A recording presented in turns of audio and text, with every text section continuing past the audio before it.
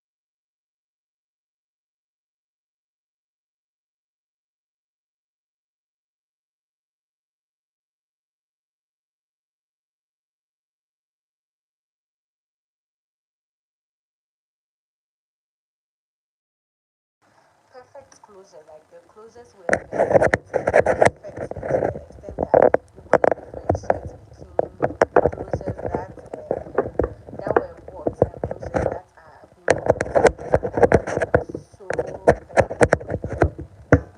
so perfect. That is it, they look so perfect. Yeah. So I started learning a lot, practicing more. I wasn't sleeping. The least chance I get, I want to ventilate. The least chance I get, I want to ventilate. And like I said, as at that time, hair ventilation was something that wasn't common. So the few people that knew how to do it, was something that was like now being introduced here in Ghana. So day in and day out, I was getting orders. Like I was getting a lot of orders. And I think that was what made me perfect. As in, I was learning along on the job. I was learning on the job. So that was what made me perfect. Then, by the grace of God, here we are. I've taught a couple of students how to ventilate, and they are doing so well. Yeah. I'm a student for now. I'm learning. I'm learning public relations. So I think after I'm done with my program, yeah, I'll focus more on teaching people how to ventilate, as in one-on-one classes. Yeah. So if you're in Ghana and you want to learn how to ventilate, in a few months to come, I'll be graduating in a few months to come. In a few months to come, I'll be hosting classes, ventilation classes. And I'm one of the best teachers you can get. You can come across. I'm one of the best teachers you can come across, because I'm willing to um how do I say, I'm more particular about you learning and you getting that skill than me even taking the money, because it's something I love to do. I think I've also is it 2 or 3 people I taught them for free. I taught them for free, not for them to work for me, but like I felt like teaching them for free because they were not doing anything as at that time. They were home. So I was like, oh, why don't you come and I teach you this air ventilation? And I'm so proud of myself because they are doing very well, like very well. They are doing so well. So proud of them and myself as well. So, as I said, I'm open to answer all your questions. If you have any questions, you want to share an experience, I'm right here. So this is the progress we've made so far. As you can see here, it looks so thin, so thin. I hope you all can see it. Don't forget to like this live. If you are here, please do me a favor by liking this live. If you haven't subscribed to my channel, what are you waiting for? Please subscribe to my channel. It takes only a minute and it is absolutely free. So please subscribe to my channel, like, and leave your comments as well. Like I said, I'm open to answer anyone's comment. You can leave your comments as well. And don't forget to share the live to your friends and your loved ones.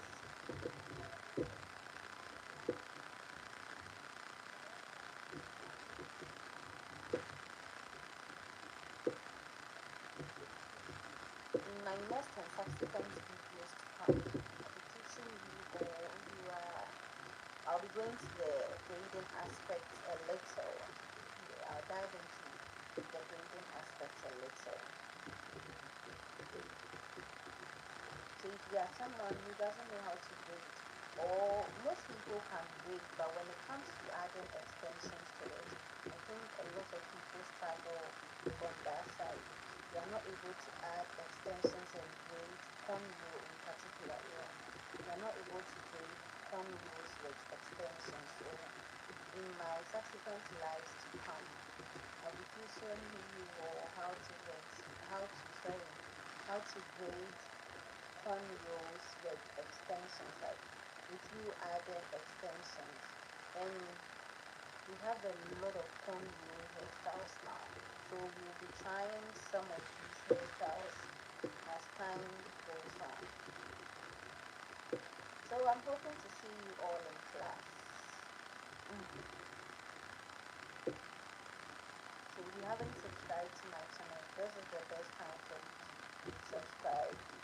I bet you don't want to miss my cornrow classes.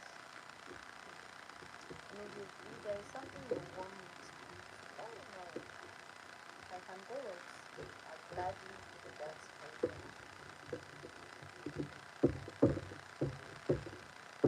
See how thin and how light it is becoming. I don't know if you can see from this angle, but this is how it's looking now.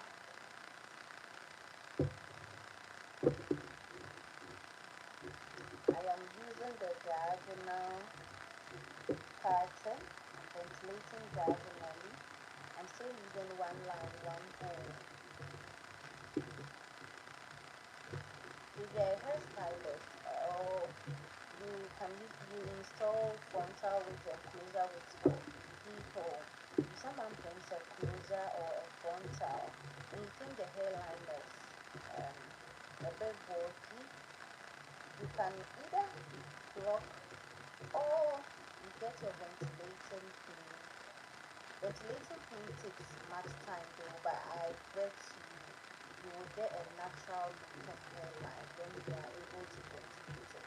So the best thing you can do is either your client brings the day before the hair installation, as she has to make an appointment for you to get the wig and you ventilate, or if she comes over, probably she can give you a couple of minutes for you to, like, just, I think maybe 3, 4, 5 pulls, then we are good to go. You take the hairline, then you start with the installation, and trust me, that will be a big game changer. A big game changer for your installs. Your installs will look so pretty. There was this wig I bought last year, and I didn't like, not that I didn't like the hairline, but the hairline was too short. It looked like a T frontal, but it wasn't a T frontal. It was like a full frontal, but the frontal was so short for me. It was even, let's say the normal frontal is 13 by 4, yeah, but that one looked like it was 13 by 2, because the lace where they ventilated up to was so small. It was very short. I didn't like it. I wasn't even able to like give like a proper C part. My C part looked very small. I didn't like it at all. So I was like, you say, here I'm a hair ventilator. What's the purpose? What is my purpose of being a hair ventilator? So I just had to buy an extra bundle, then ventilate the hairline myself. And I was able to I made sure I got a 13 by 6. So imagine, I had to ventilate to get a 13 by 6, and I love that so much. Like, my teeth parts are so good. After ventilating, I was able to get a perfect hairline. I didn't need to block the wig. Anytime I install that wig, you see the accolades I get, because the hairline is so perfect, like so perfect. It was for myself, so I was able to get my own measurements and ventilate it the way I wanted it. So it was so perfect. Like, anytime, I think one of these days, I will do a live installation video of me installing that hair for you to see how the hairline looks like. So you could get a 13 by 4 frontal, then you know there are excess leaves all the time. When you buy a frontal, there are excess leaves. Then you ventilate, how do I say, the hairline, you add some in addition. Then watch how, like, how this will be, and how this thing will change your your hair be, it will change your installs. Your installs will be so flawless. And if you know how to ventilate, if you get to know how to ventilate, you will be able to refill your bald laces. Day in and day out, I get orders for refilling. Someone will bring his or her front out there, this whole part is bald. If you know how to ventilate, you can refill that bald like very quickly and get that money for yourself. Also, people bring laces that are ripped. There is no need for you to go and buy a new lace. One of these days, in my live video, I'll show you how to mend a torn lace. If your frontal gets torn, or maybe mistakenly you were combing through them, your comb passed through the hole and that part of the frontal got torn. I'll show you how to mend that part. It's very easy. It's something you can do easily without having to buy a new frontal. I'll show you how to do that, guys. So this is also another sign for you to subscribe to my channel if you haven't subscribed yet. We have an amazing things to teach you all. I'm actually on vacation, so please take advantage of this time by subscribing to my channel, because I'll be giving you guys back-to-back content till school resumes. Then after I'm done, by the grace of God, I'm able to graduate. I have a lot coming your way. So do me a favor by please subscribing to my channel. I have other videos that you can check out.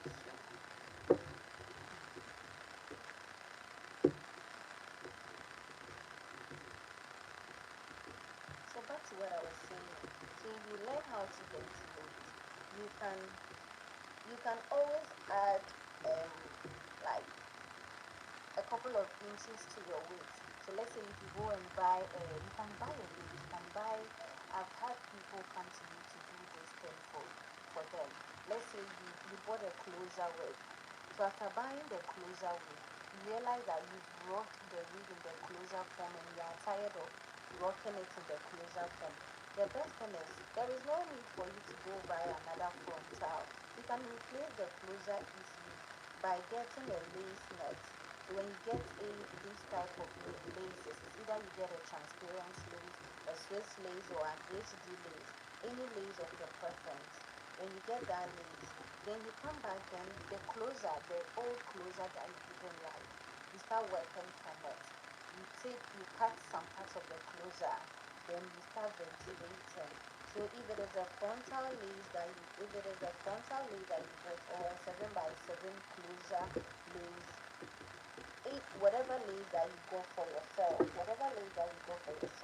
you just have to get some parts of the old hair, then you ventilate it on the new lace, then you put it back on your, how do I say it, on your old wig. That is it.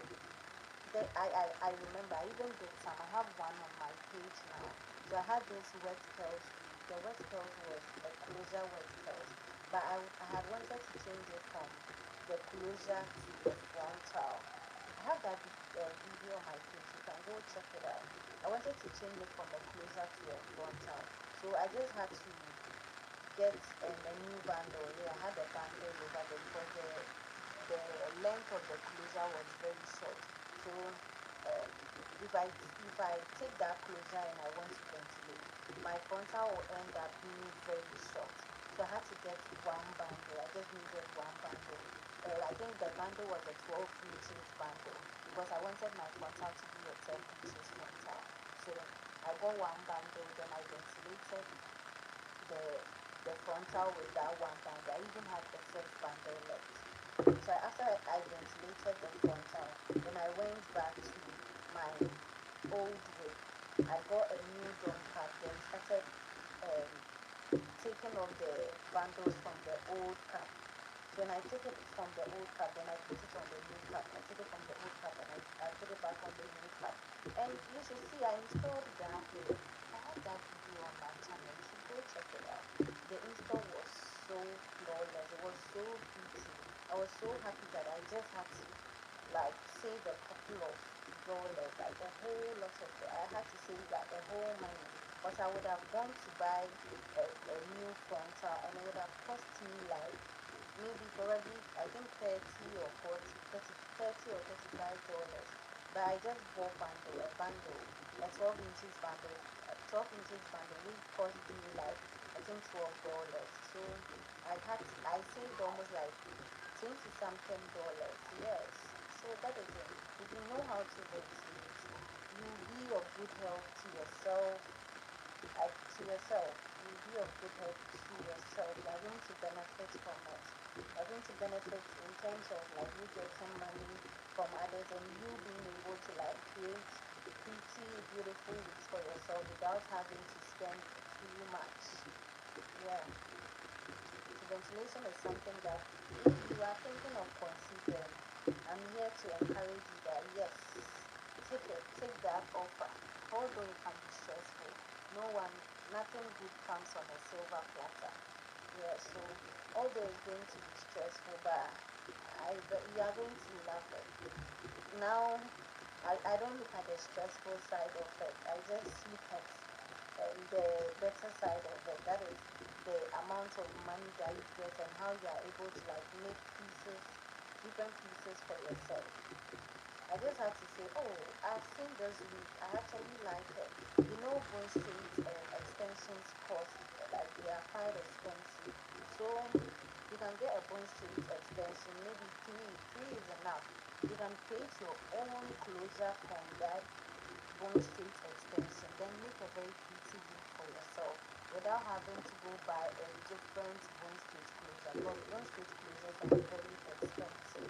Imagine having to buy this expensive bundle, then you have to buy a closure tube. Excuse me, you have to buy a closure tube in addition. So you are able to ventilate, to create a nice closure and beautiful closure for yourself without having to go buy another closure. And even this will be even helpful when it comes to packet wigs, because you know packet hair wigs usually when they come, the closure is like way shorter than the bundle. You can buy an 18 inches closure, sorry, an 18 inches packet wig, then the closure will be like 12 inches, 14 inches. They are so short, most especially to how do I say it, these wet curls. Is it wet curls and deep wave? Usually their closures are shorter, like shorter. Their packet hairs, they are shorter. If you are considering buying packet hair, I think the best thing is to buy a separate closer. Let's say you are buying a packet hair of 18 inches. You have to buy a separate closer of 18 inches or 20 inches, because if you are going to stick to the closer on the packet hair, I'm sorry, that closer is going to disgrace you.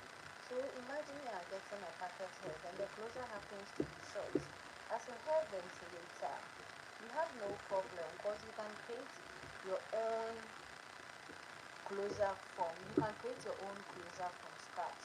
You just have to get an extra bundle, or you can still stick to the bundle of the packet hair provided the bundles are plenty.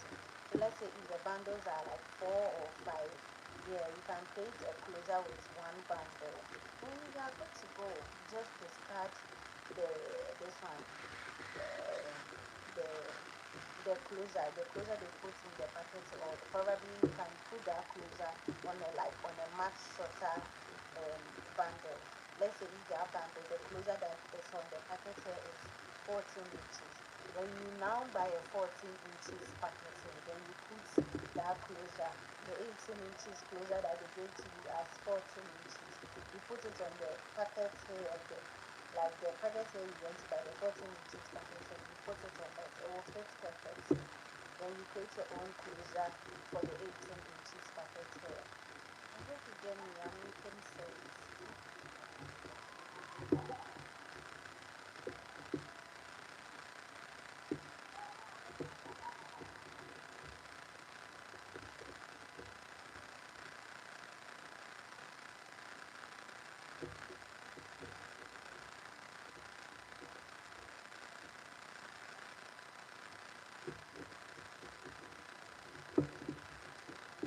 It's expensive. Look at this. Perfect.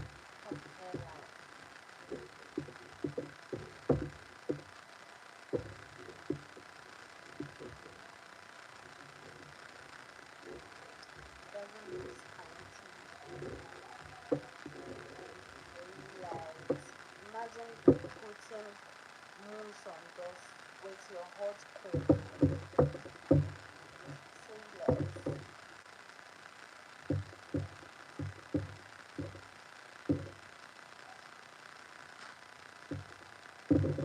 like I said, I'm open to answer each and everyone's question. So let's let's have a healthy communication. Ask me what you want.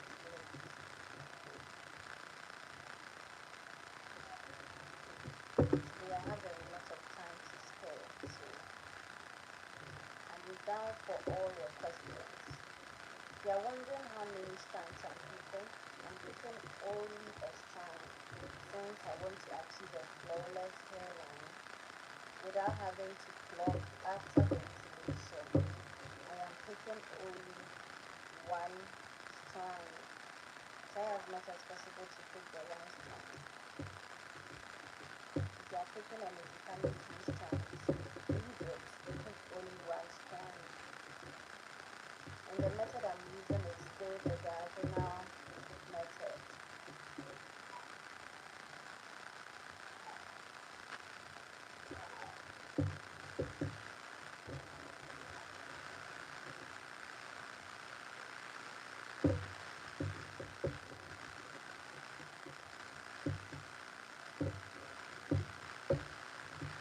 Let me see another experience that I have.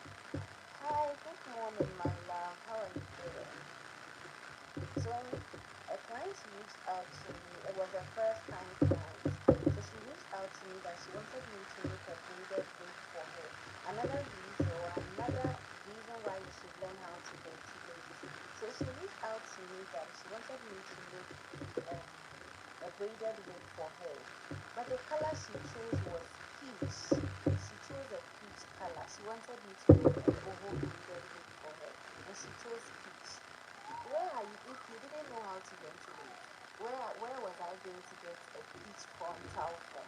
Obviously no, probably I had to bleach, but that color, I think that color would be very difficult to achieve, even if I'm to bleach, I'm to dye that frontal to peach color. That color she was looking for, it looked like pink, but it wasn't pink, like baby pink also. It looked like peach.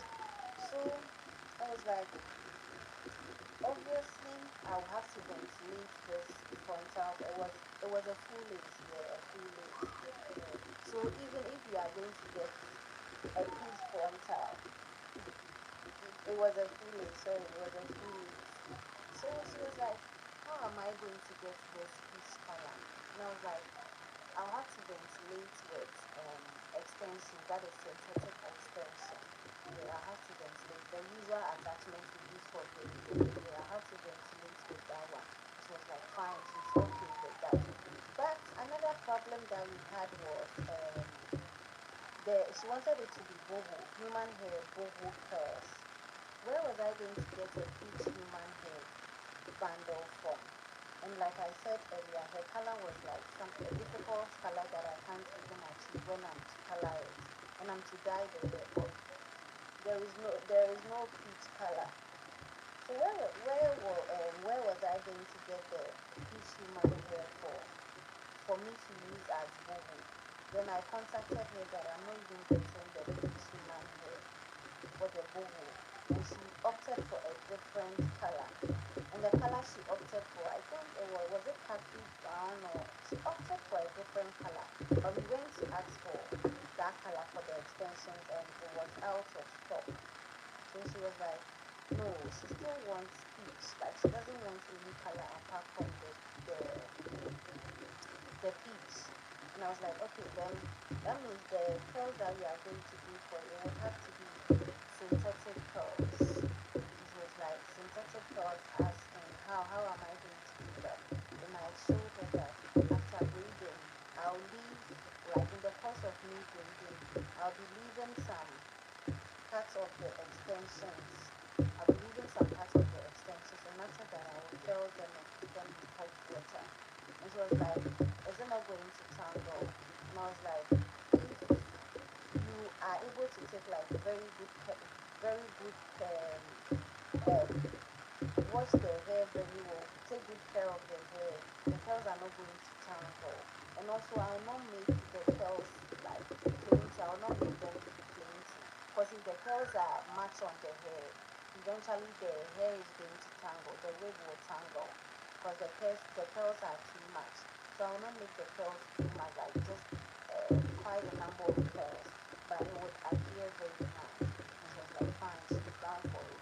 So I ventilated the full lace for her in the color she wanted. It was so nice. Like, after ventilation, the piece was so nice. Then I went ahead to um, braid it down for her. I went through the process, everything. So after I was done braiding, and she came that she wants human hair curls for the baby hair. She wants the baby hair to be human hair. I was like, oh my god. You were here and you went to look for human pink and peach, sorry, peach human hair extensions for curls, but we didn't get. So what shows that we will get for like we will get one that we can use for baby hairs. Then she was like, she has this human hair bundle. It looks like pink, which is like a bit closer to the peach that we were braiding. Yeah, it looks closer to the peach color I had braided. So can I like do something about it and use that one for her baby hairs? I was like, yeah, I can. So this was where another part of the ventilation steps in. If I didn't know how to ventilate, how would she have gotten that baby hair to become pink? Like that peach baby hair to um, correspond with the braids that I had done. So I took the extension. Then I think that very day, her rider was in. Her rider waited for me, and I think I used like 40 minutes to do the baby hairs for her, and I curled it for her, and she loved it so so much. After her install, one of like the best installs I had seen. It came out flawless. Her wig was so nice. You could hardly tell it was even a wig because it looked so pretty. You think she braided it right from her scalp. It looked so pretty. So this is another sign for you to learn how to ventilate. Ventilation. Hair ventilation is very stressful, but it's something if you get to learn, you wouldn't regret. It's a skill, a lifetime skill. It becomes something that even from 10, 15 years to come, you can still work with it. You can still earn money from it. Because day in and day out, people are buying hairs. Ladies are buying hairs. Men are buying hairs. Weaves. So it's something that is going to be useful, like very useful in times to come. It's going to be of very good use. Hi everyone, you're welcome. If you're enjoying the conversation, let me know.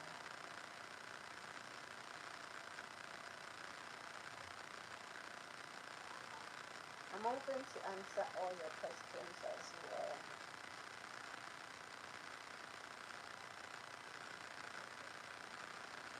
If you are new here and ventilating, I want to create a realistic hairline, which I'm not going to be using the usual tweezers. I'm just going to be ventilating.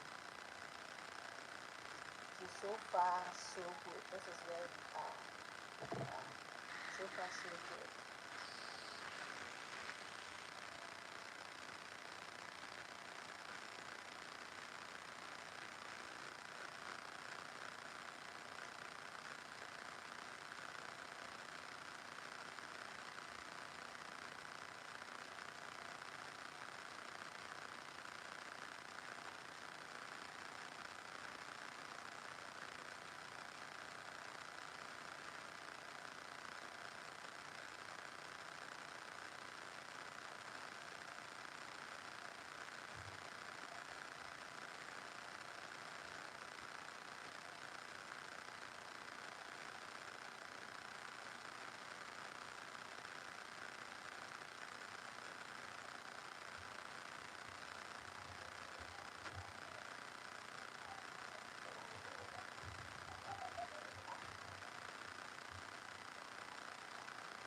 picking one strand, trying as much as possible to pick a strand, only one strand.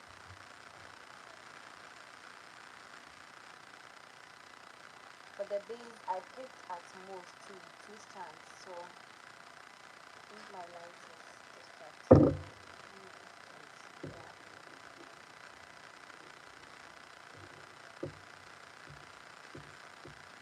Please do me a favor by liking this live.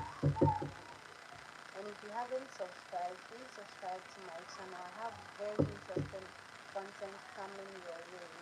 I have a lot of shit, like a lot of experiences to share. Yeah.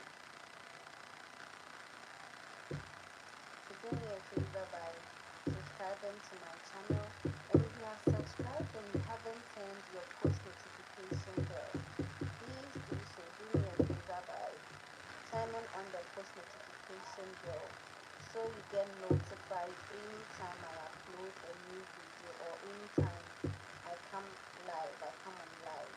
Yeah.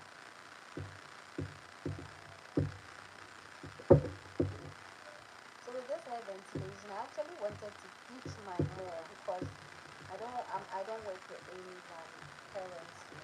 I work alone, so I was like, let me teach her.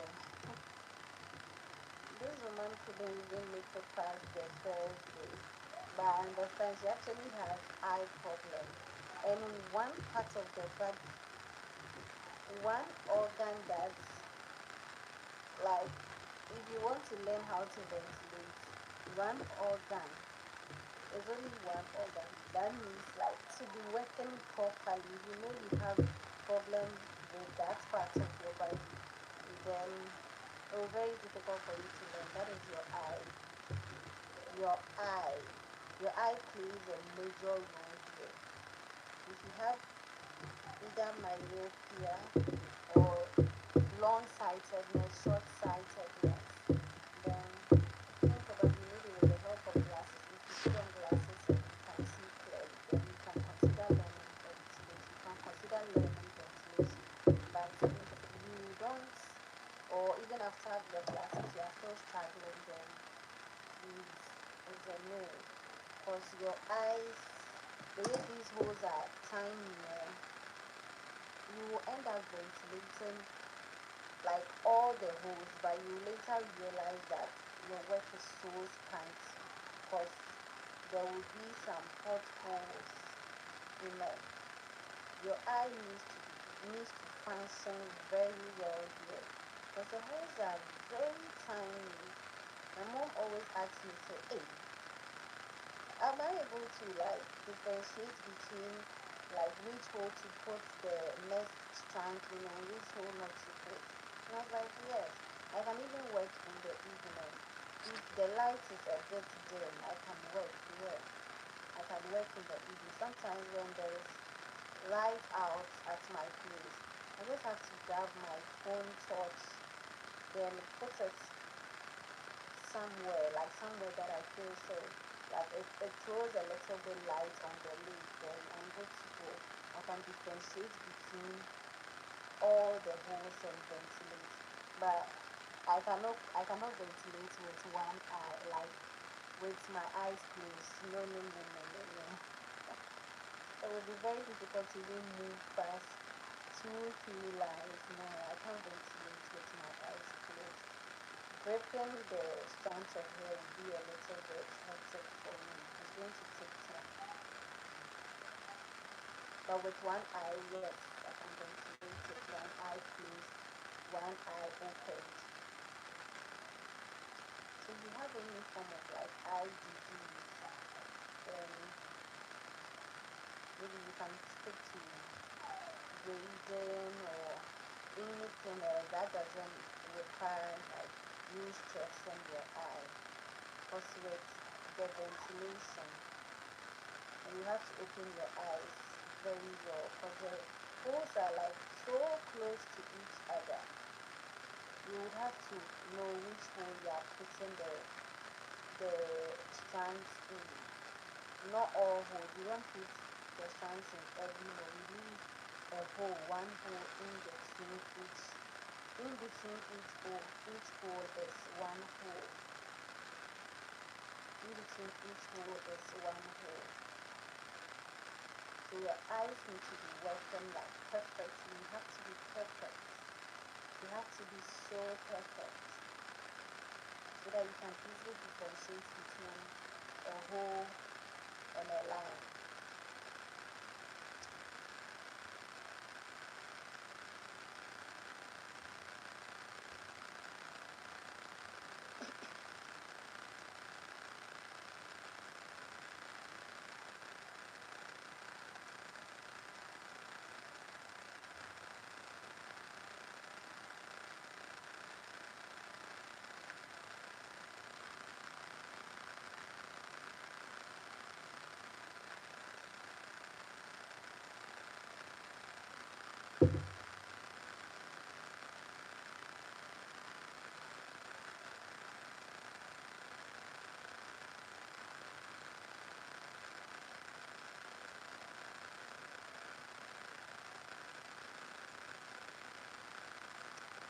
I hope the light is not distracting.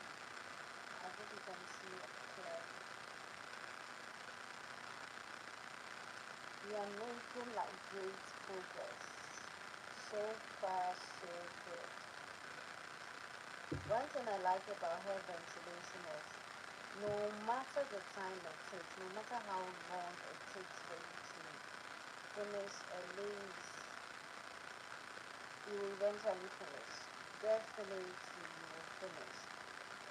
If they say whatever that, how do I say it, that quote, um, whatever, everything or whatever that has a beginning definitely has an end. So although it might take time, you will definitely finish. Even if it is a month, you will definitely finish. If it is 2 weeks, you will definitely finish.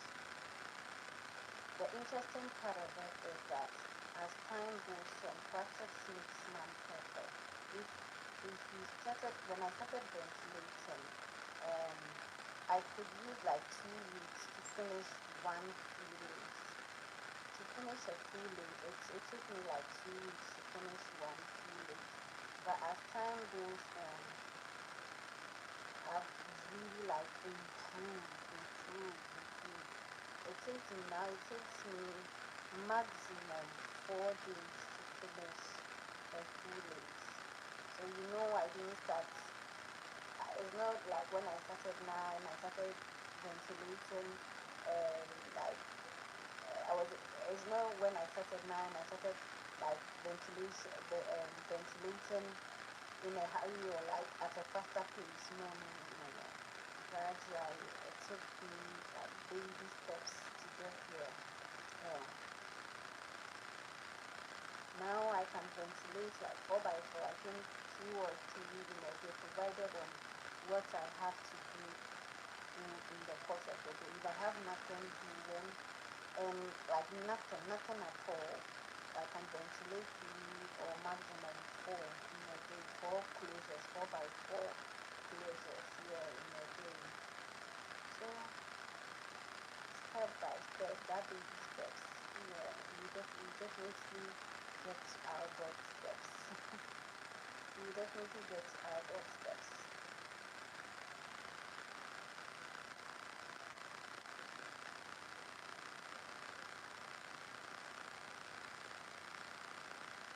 Let's talk about another experience I had. Before I went to learn this, okay, I think I had a little bit, no, I wasn't having knowledge about it. So I went to learn um, how to do makeover, makeovers, yeah, makeup, and also bridal hair installation. Yeah. For that one, for the front, for the makeup, I don't work with the makeup for now. I work only with the bridal hairstyle and the bridal hairstyle. Yeah, I work with it now. So but where I went to learn from, there was this lady who is so like very good.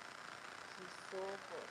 So when I went there, she had this colleague, another colleague of mine, who had started already. Like she started earlier. I don't know why the light is messing up.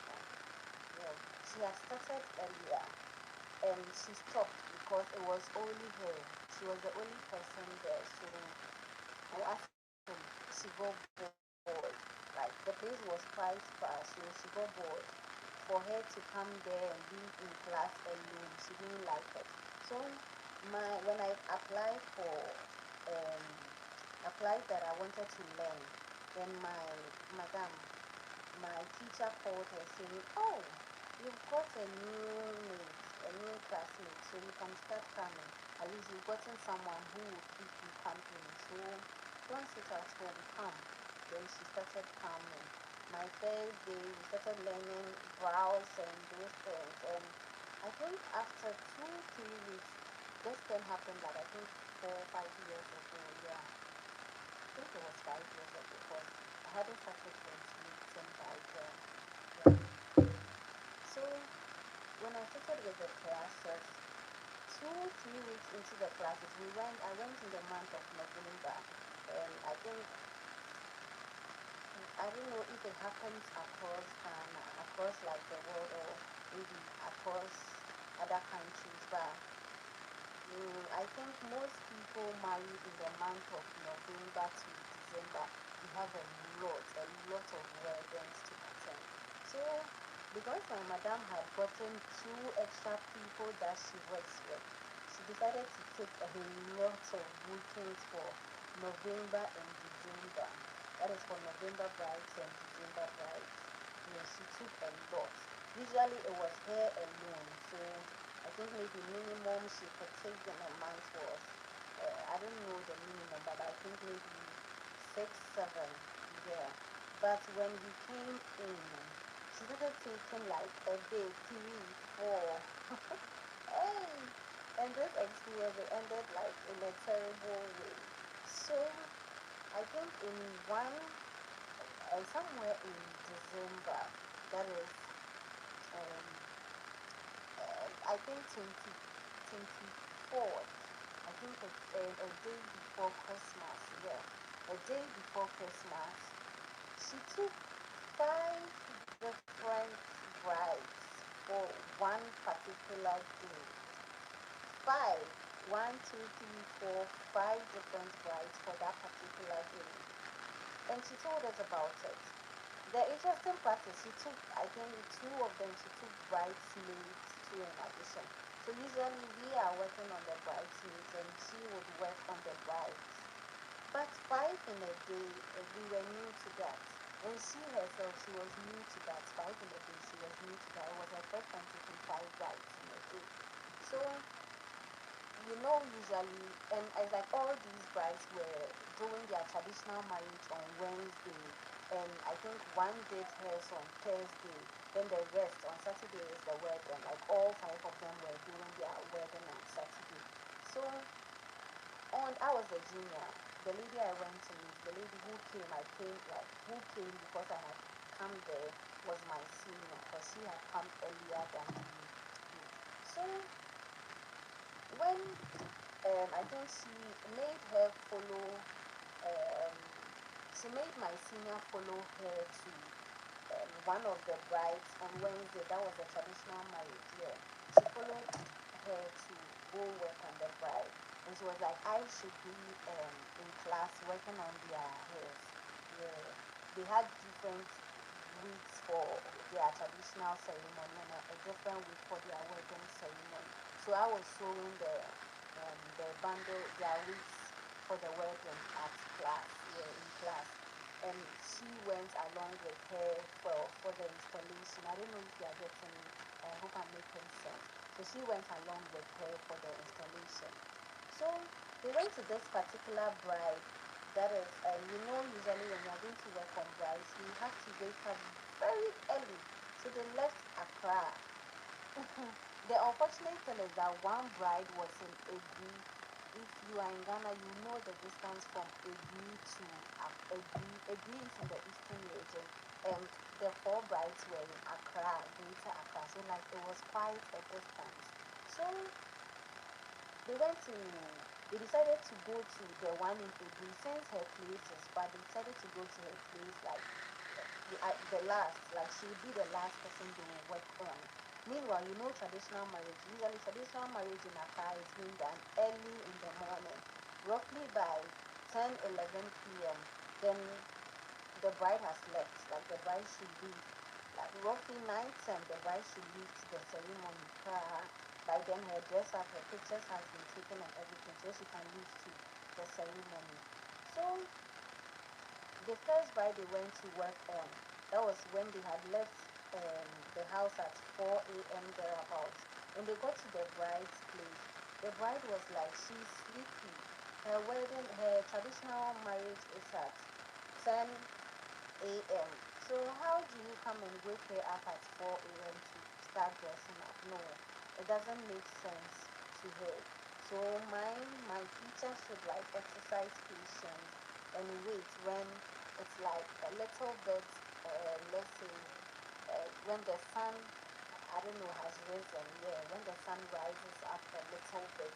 Let's say when it's 7:30 to 8 o'clock, there about 8 a.m. Then she starts working on her because she will have to sleep. Some way, somehow, they were able to convince her for her to come and sit for her dress up. But she came to sit at 6 a.m. That was when they started her dress up. So let's say by in 2 hours time they were done. That is 8 a.m. When they had to move to the other bride. Imagine if she was using 2 hours to work on each bride, and the brides were five in total. You take a you calculate and see the time she finished up with the hairstylist.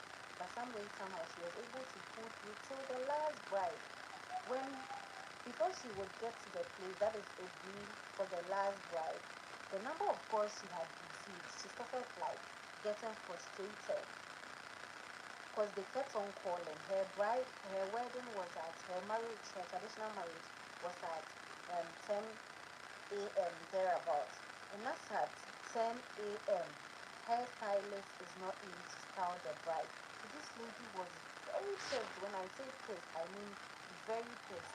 Imagine on your wedding day, then you are calling your hairstylist and your hairstylist is not answering, or she keeps answering and she's telling you that she's coming. But after an hour, you have still not seen her face. Nothing, there is no sign of her coming. So the lady started becoming impatient. I learned at a certain point in time where she was even like shedding tears, so they had to console her. So lo and behold, they got to a view, but they got there, I think they got there around 10:40. So that was like she's late, 40 minutes late to the ceremony. And you know the pressure from the family to the kept on calling her, she should leave the place, she should leave the place. Her makeup is set already. Normally on a normal day as a bride, you should be able to do your hair first. Your hair is what has to you have to start with the hair installation first before the makeup is done. But here lies the case that the makeup has been done already and they are now about to start the hair. When my teacher got to the place, the woman gave it to her. For that one, the woman did not spare her. The woman spoke to her like in a very rude way, spoke to her anyhow, like, but the best she could do was like ask for forgiveness because she was at fault. She was at fault. So some way somehow they finished everything. I think roughly by 11:20 or so. Yeah, she just used a couple of minutes. I think 30 to 40 minutes to just style the hair for me. But it came out nice. One thing about her is she would do it, she would deliver. One thing about my teacher is that she's very good, she would deliver. So she was able to finish like in 40 minutes time. Then she left. So before the bride was leaving, she gave her a very strong warning that with the way you messed up today, that you came this late, I'm hoping you don't repeat the same thing on Saturday. That is my wedding day. You don't know and you repeat this same thing on my wedding day, I would not take it easy or I will not take it lightly with you. So my madam had it in mind that On Saturday, she still has five brides, remember? Because all of them are getting married on Saturday. So on Saturday, some way, somehow, we have to get to this lady's place early. And you know, on um, since it's a white wedding, she'll be doing it at church.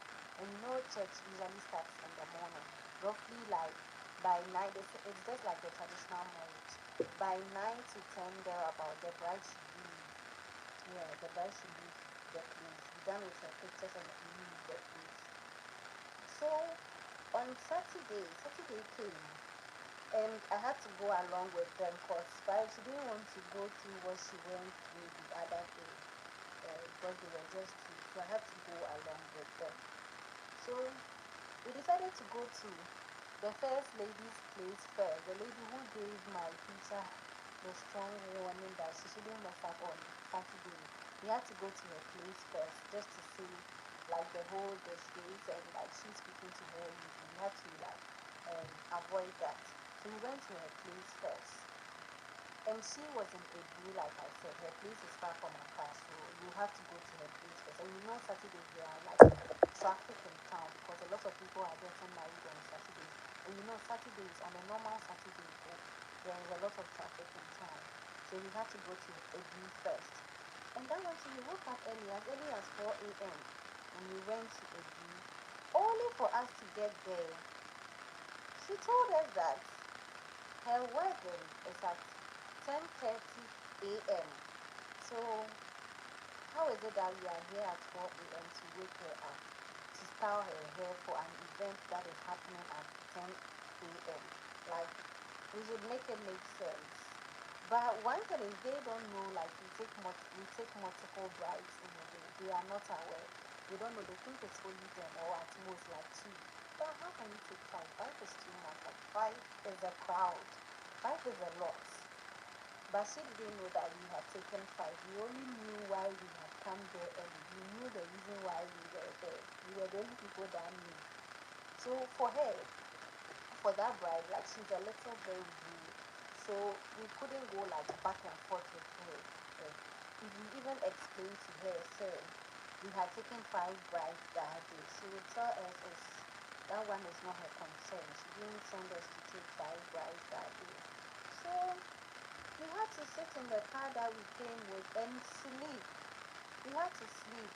My madam was frustrated. Like Peter, she was very frustrated. Like, imagine coming here to come and work on someone and the person says it's too early. Like, they are there, it's too early. She's sleeping a little bit. She became frustrated. She didn't know what to do. Like, we were still in the car. For us, we couldn't do anything than sleep because our nights were even short. So we slept. So it was 6:30 a.m. From 4 to 6:30. 6:30 a.m. Then the bride came out herself and she was like, oh, we should now move to the venue, the place she was doing her dress up. Where she slept was not where she was doing her dress up. She was doing her dress up in another hotel. It's not that far from how do I say? It's not far from the actual place that she came to sleep. Let's say a couple of maybe a 20 minutes drive. No, 20 minutes is too long. Like it was like a 10 minutes drive, yes, from where she slept to where she was doing her dress up. So we drove to the place, and when we got there, she was like, we are setting up the place, so we should wait a little bit. Could you believe we had to wait for an extra hour? As at this point, my teacher was crying, like she felt like even crying, because it was, I think, we had slept. She called us to move to the place 6:30. She came to wake us up at 6:30, and we drove to the place like in 10 minutes. So like, let's say it's 6:40 now, and we have to wait an extra hour. That is now, it is now 7:40, almost 8 o'clock, and we have 4 extra drives to go work on. And like I at least I forgot something. My senior didn't follow me. I followed my madam, my teacher, and my senior, the colleague I went to meet earlier there. Yeah, we had assigned her to go work on one bride. Yeah, so it was like she was working on one bride and we were also working on another bride there. So after that, we had 3 more brides to go work on. Some way, somehow, we were able to go in and start working on the bride. When we started working on the bride, her bridesmaids came to sit by her and they started chats and they started having a conversation. And the other bridesmaids were in the room as well, but they were working on her decor, like those decor, the bridal suit that you do. Yeah, we were working on, we were blowing the balloons and the rest. Come and look at this lady. She wouldn't stay still, like she wouldn't sit still. Then she'll be laughing. Then she'll do this, she'll do this, she'll stand up, she'll sit. And mind you, we are using like hot objects to work. We are using a curler, we are using a straightener, we are using hot comb. So at a certain point, I thought even she would get some burns because she wasn't sitting still. My teacher kept asking, please be still, please be still, please be still, please be still. But still, nah, she wasn't still. Still, nah, she wasn't still. Please be still, please be still. After 1 hour, 30 minutes, we were done. 1 hour, 30 minutes, as at this time, I think it's 9 o'clock already. It's 9 o'clock and we started getting calls from the rest of the bride. We started giving us a call. Where are we? Where are we? Where are we? Where are we? Where are we? Where are we? The makeup, the makeup, um, the makeup artist has started working on them already and they are almost done and the hairstylist is nowhere to be found. And like I said, hairstylist has to start before makeup. But here lies the case, the makeup artist is already done and the hairstylist is not even around. So fortunately for my teacher, one bride and the makeup artist working on one bride was very close to her. So she told them that she told the makeup artist that she actually took 5 brides today. And she's now leaving again to Accra. So she should like slow down a little bit. Yes. She should slow down with like she working on the bride. She should slow down a little bit. So it doesn't look like, let's say maybe the makeup is done like after 30 or 40 minutes before the hairstylist is coming. No, otherwise she'll be very first. The bride will be very first. So she asked her to slow down a little bit. That was for one bride because we have three brides left to work on. The the the car we came with back to Accra had to dodge a lot of traffic. Like we had to drive fast, like at a top speed for us to get to Accra quickly. And some way, somehow, in less than 30 minutes, we were in Accra. In less than 30 minutes, we were in Accra. Then, mind you, we have 3 more brides to work on. So my madam told me that, my teacher told me that she is going to work on one bride. So the driver should take me to the other bride. Yeah. So if she goes to work on one bride and I go to work on another bride, then that means we have 1 more bride to go work on. No. For my colleague, my other colleague, there, we've left her at where she is, but we don't want to bother her. Like my madam was that she wants to work with me. So I should go to one bride and she will go to the other bride. After she's done, she'll come and take pictures with the bride that I'm working on. She'll come and take pictures. Then we move to the last bride, then we are done for the day. So she went to work on that bride and I also went to the bride she was working on. And the bride I went to was the one that had the makeup artist that my teacher knew. So when I got there, she asked me, where is your madam Marilyn? She's called Marilyn. Where is Marilyn? I was like, she's actually coming. She was like, okay, fast. I should be in a hurry and start like with the install. When I got there, the bride kept asking me, where is your teacher? Where is your teacher? Where is your teacher? You know, sometimes they are not familiar with us. They've not worked with us before. So they don't know like what we can do and what we cannot do. So usually they want to, when you go to places, you always want the owner or who that person belongs or who you know there work on you. Because at least you know how the person, how you know how it will turn out, you know the outcome, how the outcome is going to be. You know how the outcome is going to be. So she kept on asking, where is your madam? Where is your teacher? Where is your teacher? Where is your teacher? Where is your teacher? I was like, please, she's coming, please, she's coming. Then I was also able to finish. I think I took, at this point, we took like an 1 hour, 30 minutes, or 1 hour. Yeah, it wasn't 1 hour, 30 minutes, because time was far off, and we had to do like things in a hurry. And places where we had to use curler, and the curler to get the curls. And my teacher taught us a simple way on how to roll the hair without the curls, like without the curler. You can achieve that simple rule. The bridal band, we are doing a bridal band with curls. So you can roll the hair in such a way and pin it in such a way that you will not need the curler, but it will still turn out nice.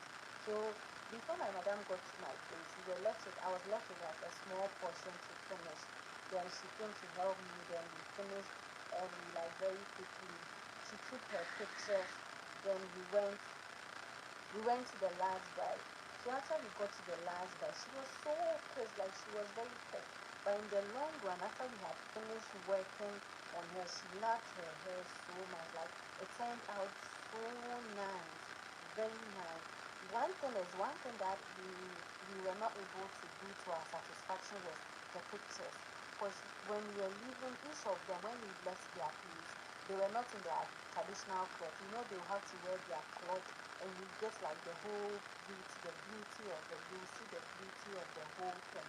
But when we were leaving there, they were not in their traditional clothes. They were not in their wedding outfits.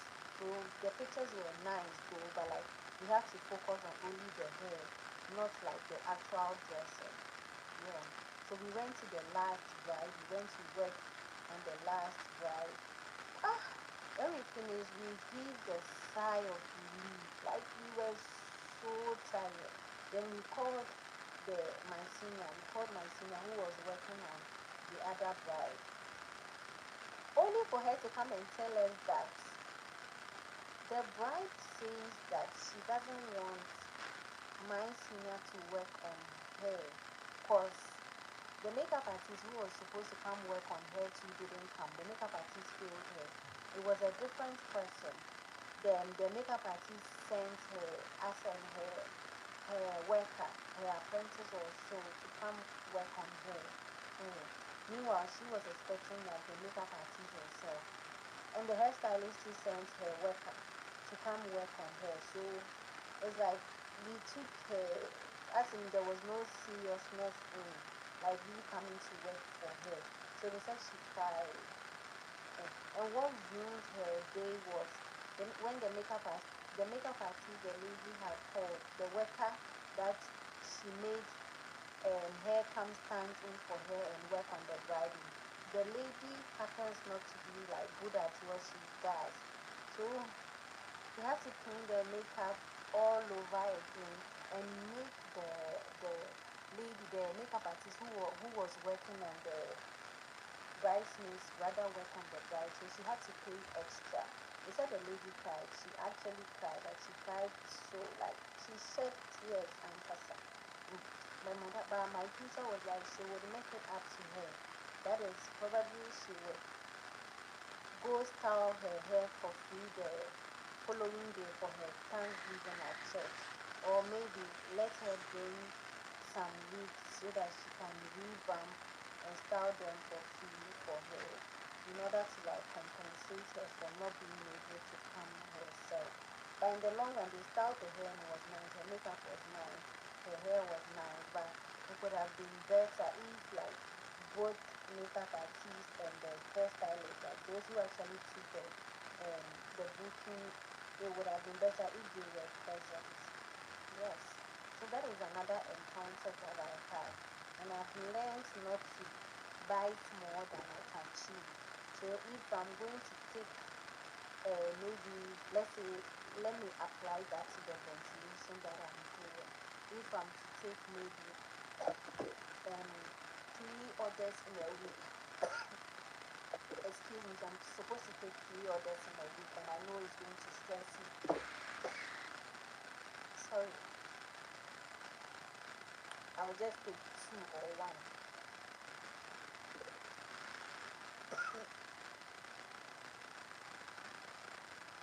Oh, I've been talking too much. I'll just take two or one and not take three because I don't know how things are going to turn out. One way or the other, you get stressed or maybe you might even fall sick. And you have to use the time that you are supposed to work. You have to be in the hospital bed.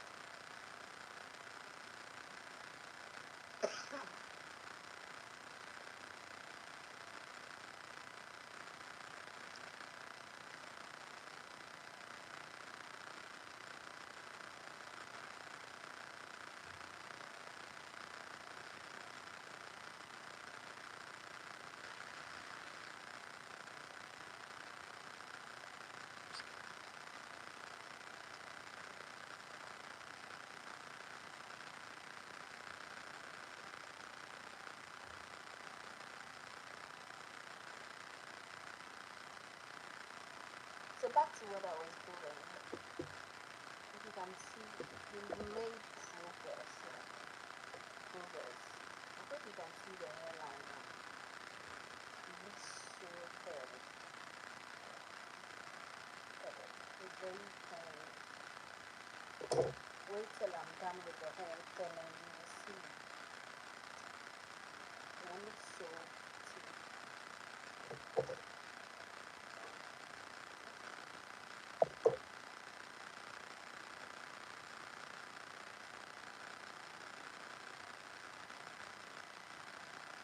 If you have any questions, I'm open to answer your questions. If you want to share any experience too, I'm open to hear.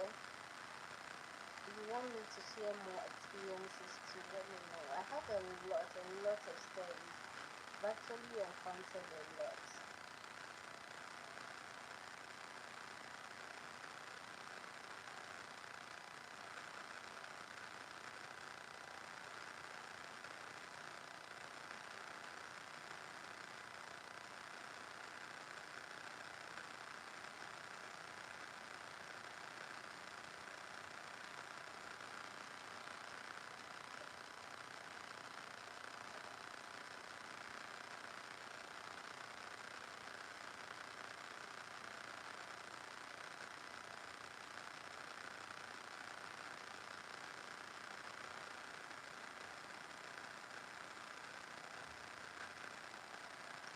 Trying as much as possible to pick.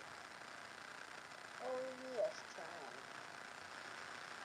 Since we are ventilating the hairline, it's one strand. One strand.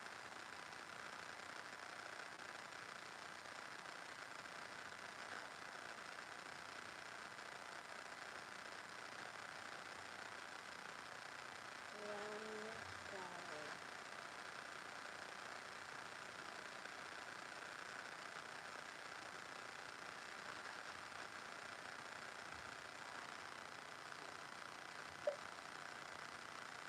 We are clocking 2 hours, and this is how far we've come.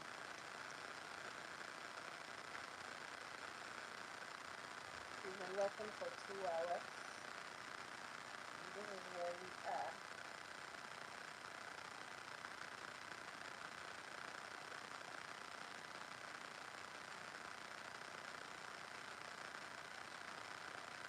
Like I said earlier, if you are looking forward to consider working from home, your job is stressing you, or you are a stay-at-home mom,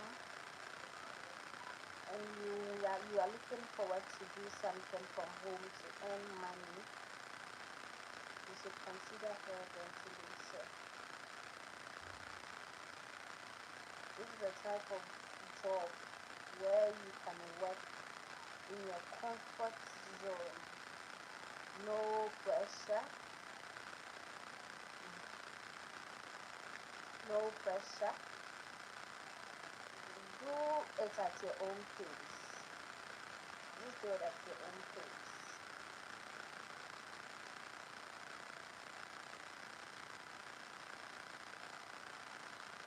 can be stressful sometimes, but nothing good comes on a silver platter.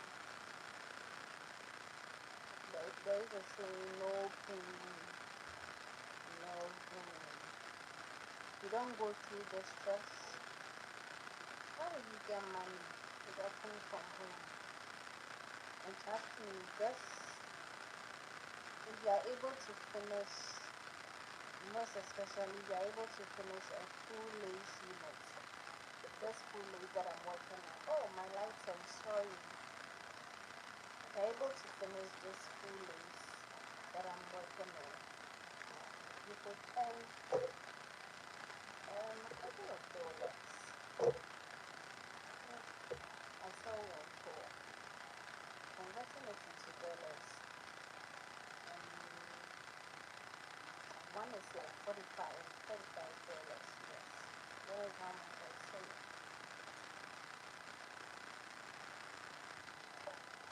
$5. So imagine, I said earlier that at most I can use 4 days to make one full lace. So let's say if I'm making like maybe five in a whole month, or maybe 6, depending on, when I say 5 or 6, this is not the only thing I do in the month. Like I said, I do as well, I do hair revamping, so you'll be getting orders from the other side, from the other part. But like, let's say if I'm able to do 5 or 6 in a month, 45 times, let's say 45 times 5 is, let me calculate it. 45 times 5 is 200 and something dollars. So imagine getting 200 and something dollars for only ventilating full lace. For only ventilating, or is not 200 and something dollars? 45 times 5. Yeah, 200 and something dollars. So imagine getting 200 and something dollars for full laces only, for other side jobs like the revamping and stuff. Yeah, that's quite an amount. I hope you can see here.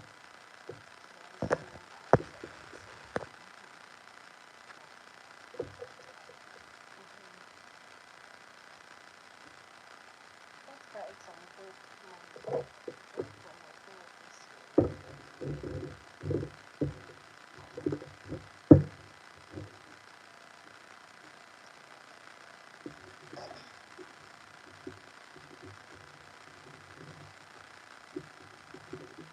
If it's your first time coming across my channel, please don't forget to like this live. I want everybody to like this live, please. Tap on the screen, just keep tapping on the screen. Tap on the screen. If you haven't followed me, please give me a follow. Hit the subscribe button. It takes less than a minute to do that, and it's absolutely free. So please do me a favor by subscribing and liking this live as well. I'm also open to answer all your questions. If you want to chit chat with me, you can do that in the comment section. I'll read, give you an answer, or throw back a question to you too.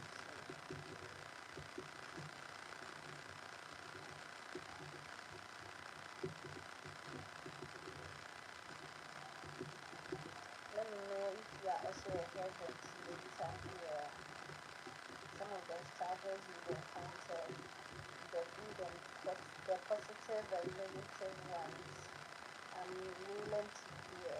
What are some of the lessons you've learned? One lesson that I said I've learned is not to take like orders, like too much orders. Another lesson too that I've learned is not to be available to like everyone.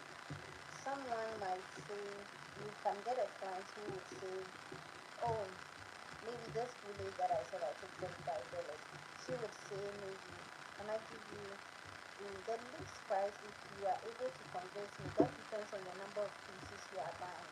Let's say you are buying 10 pieces and you want me to give it to you for like $42. I'll do that. I'll gladly do that. I'll gladly do that. Since you are buying more than five, yeah, I'll gladly do that.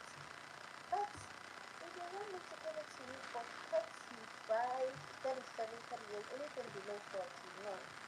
And but initially, my initial self, that is when I started working, that is when I started this ventilation business. If you tell me that you want a full late and you want me to give it to you for $25, I would have done it because I wanted the money. And I later on realized that like I didn't get anything, nothing. My losses, or it wasn't, what I did wasn't worth the money that I took. So my future self and my present self have learned to come to the terms that I can't be available to like everybody. I can't be available to everybody. If the money is not worth what I'm doing, just stop it. Definitely you get someone who knows, like who will give you money worth what you are doing. You definitely get that client who is willing to always pay more. Or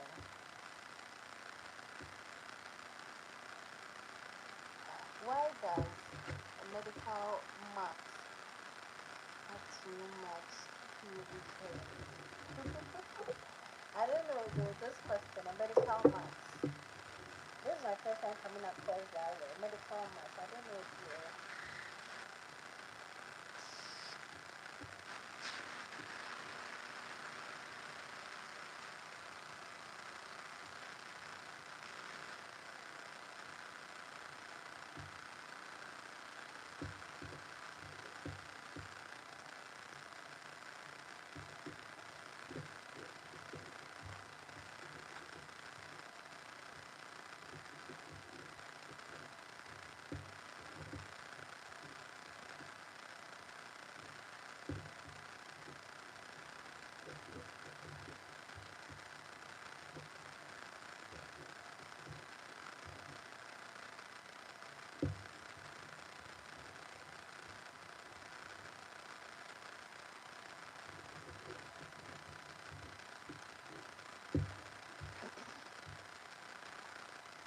hope you all can see clearly that it looks lighter.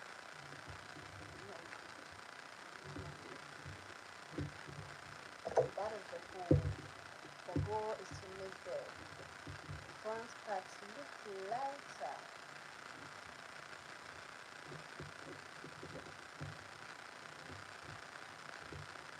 We want it to have a look like a natural hairline. You know, normally our hairline is not bulky. I've never seen someone with like we have people with full hairline, but the hairline, that is why it's called hairline, is light, very light. So we want these wigs to like mimic the hairline of a human. So the best we can do is to reduce the strands of hair when we get to the hairline.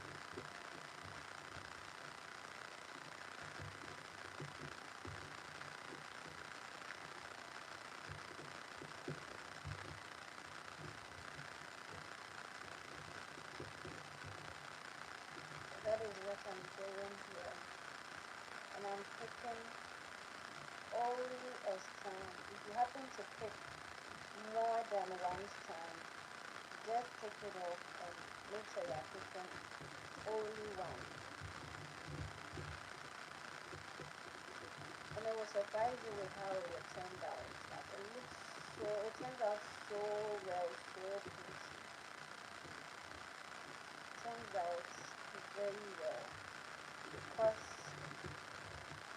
the hairline there is like it's very light here, so it turns out very well.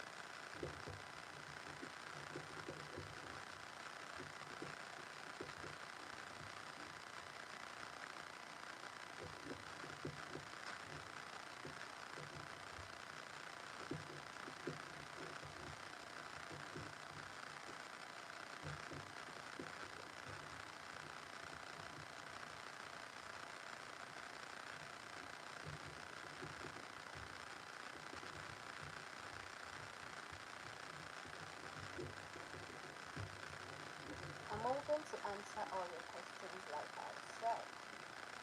If you have any experience you want to share, any question in relation to hair makeup, wig makeup, hair ventilation installation, I'm open to answer all questions.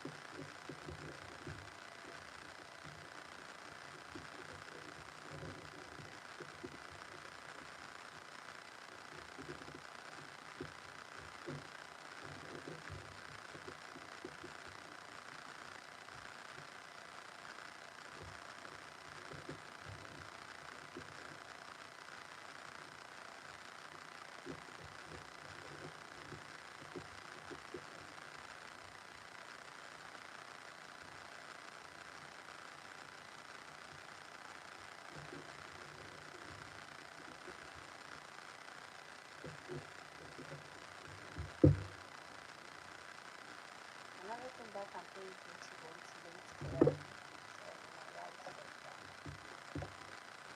is you pulling the strands, as you can see.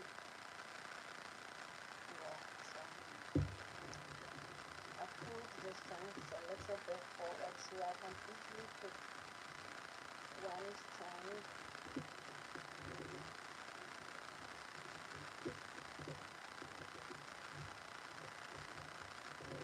and easily put one strand.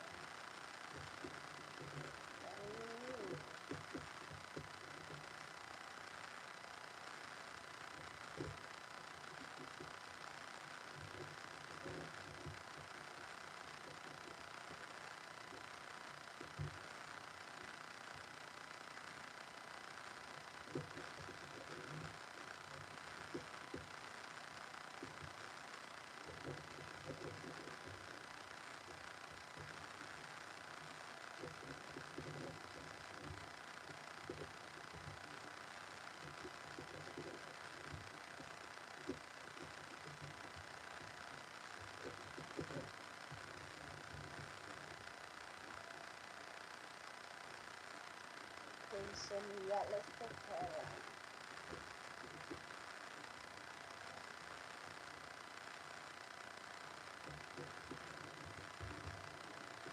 So after I'm done, there will be no need for me to pluck. So if let's say you're a bridal hair, I know people do book for bridal, glueless bridal styling. That is, they'll bring their wigs over, then you do the bridal styling for them, then you deliver to wherever they are. The only thing they have to do is they just put it on that day, the day they are attending their ceremony, or the day the ceremony, the event is being hosted. They just put on the wig since it's a glueless installation, then they are good to go.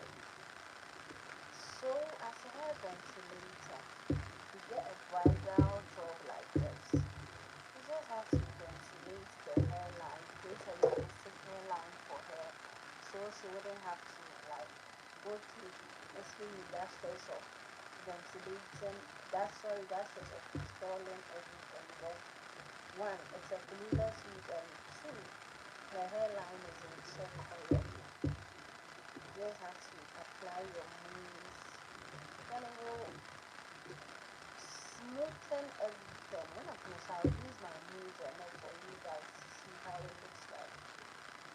I'll get my mousse and apply it for you to see how it looks like.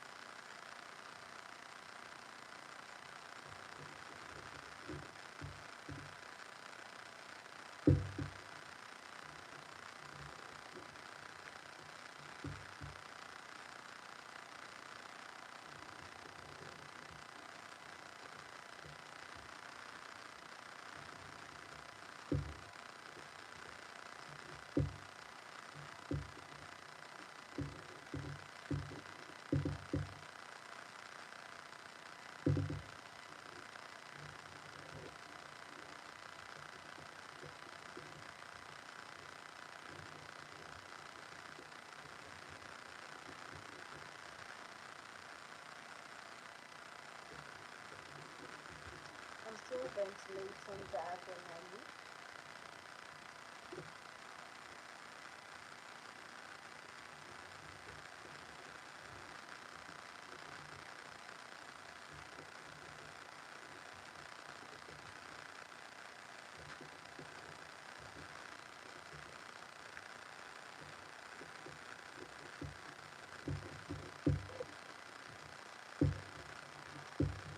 Look at this beads. All these beads. Look at it.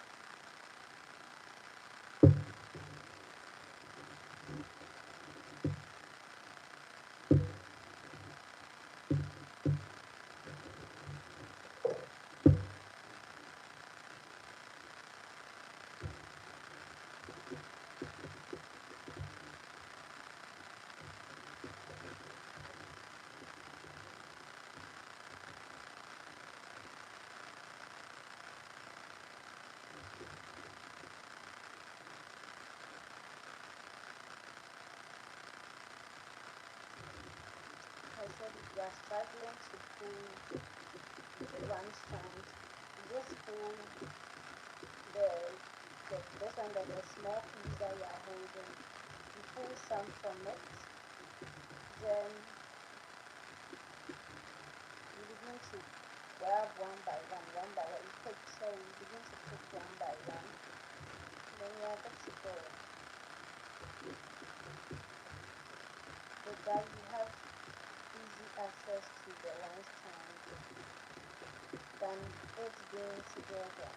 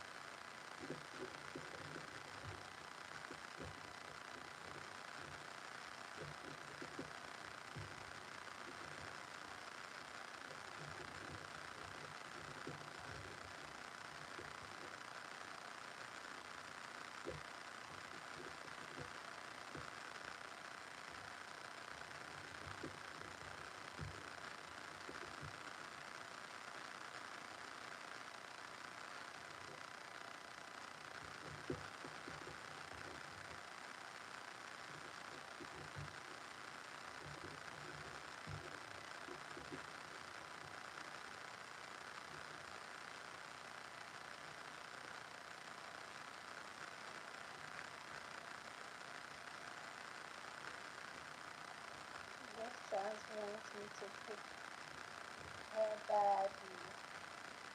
I just want to let's go.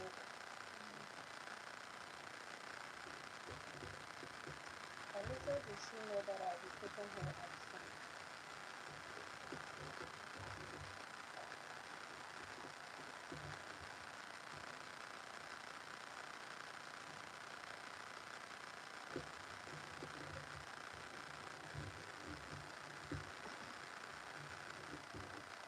I hope you all can see what I'm doing.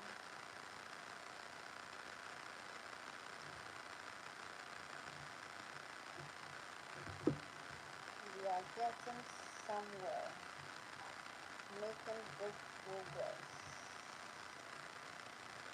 Good progress, a huge progress.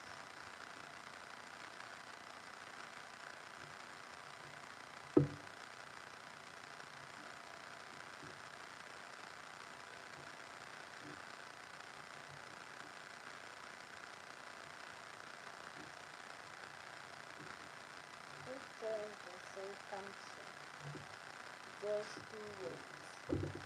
Yeah. Let me zoom out a little so it's the whole thing.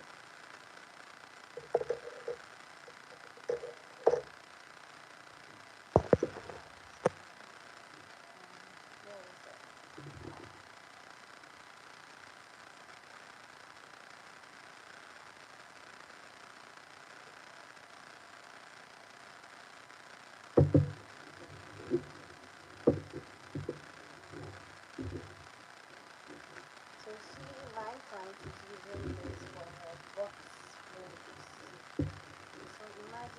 see braiding this.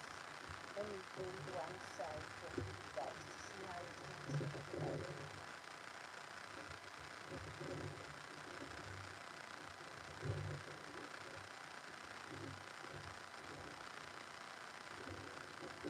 I don't know what she's going to go for, either braiding cornrows or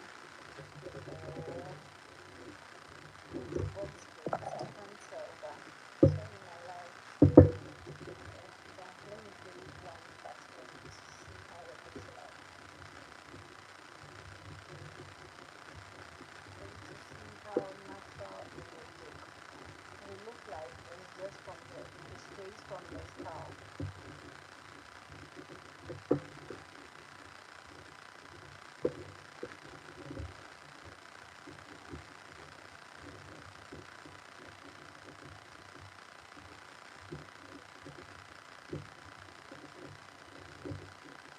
I don't know if you can see what I'm doing. It looks so natural. Look at it.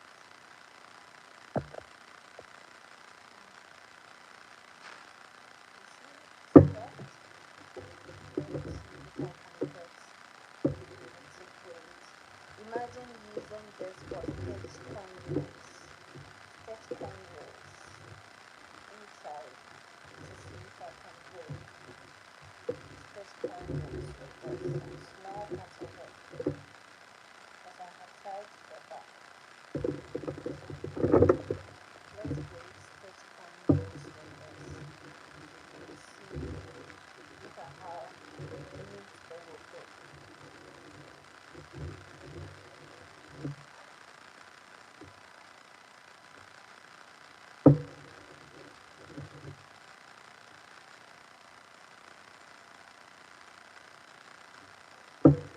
So I'll be braiding only this portion. Sorry my lines. I'll be braiding only this portion. And for my comb here. So it doesn't go in my way. Then let's do this. For how neat it will look like.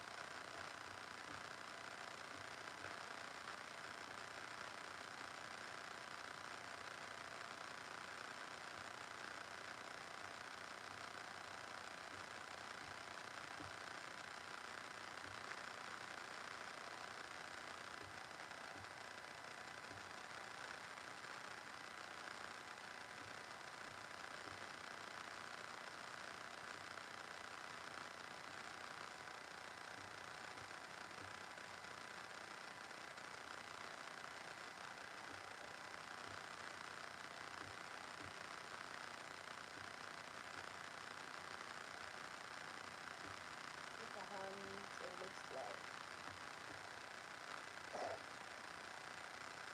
There is no need for you to go buy maybe your pointer at a natural price. If you want it to look like your hairline, maybe HD, you just get an HD lace net, then you ventilate your ventilate it with either attachment or synthetic hair, whatever that you have, you want to ventilate it. You ventilate your drops. Then you are good to go. You do your braids, any braidable choice, if it is boho, if it is stitch cornrows, if it is curls, if it is bouncy. Just look at how you are. Look at this. Look at this. Look at this. Isn't it pretty? Isn't she pretty? So that is it.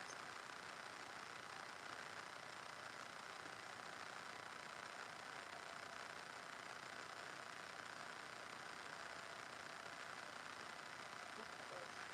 I've used it for box braids for you to see. And this is for cornrows. Look at it. It looks so natural. Yeah, so any hairstyle of your choice you can use it for. Imagine I was installing it to look at the hairline. Look at it. No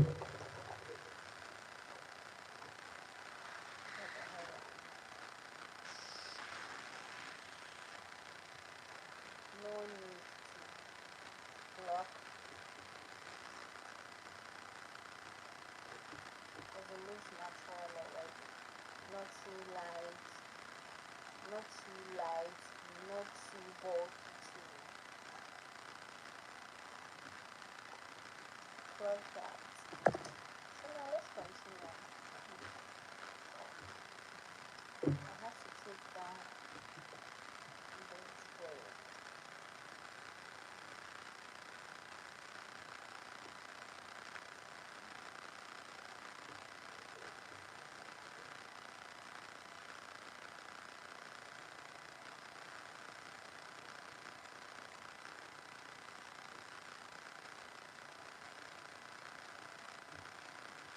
As you can see, look at this. Perfect. Perfect.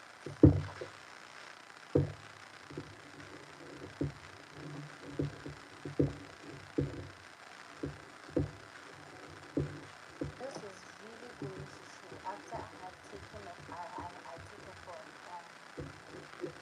my dome cap because the this one the tape under is green. So if I put it on my skin, you will see. After I'm gonna put it on my skin for you to see. It looks so realistic and natural.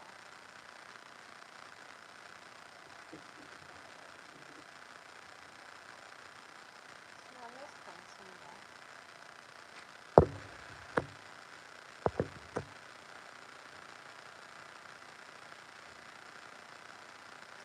Please do me a favor by liking this live.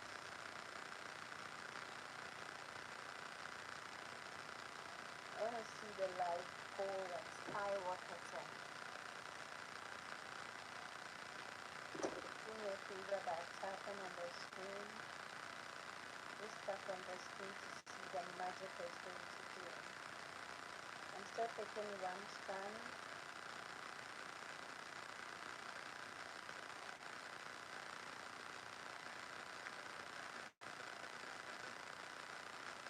I'm only knotting it once. That has been the knot I've been using since I started. Only one knot.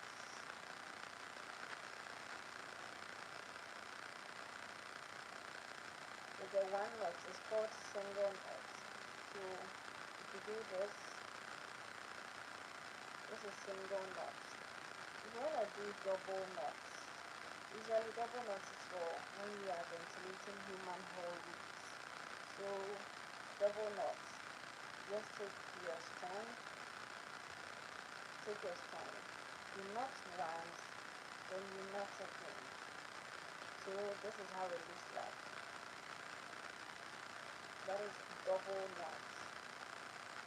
Take your strand, knot once, then you knot it.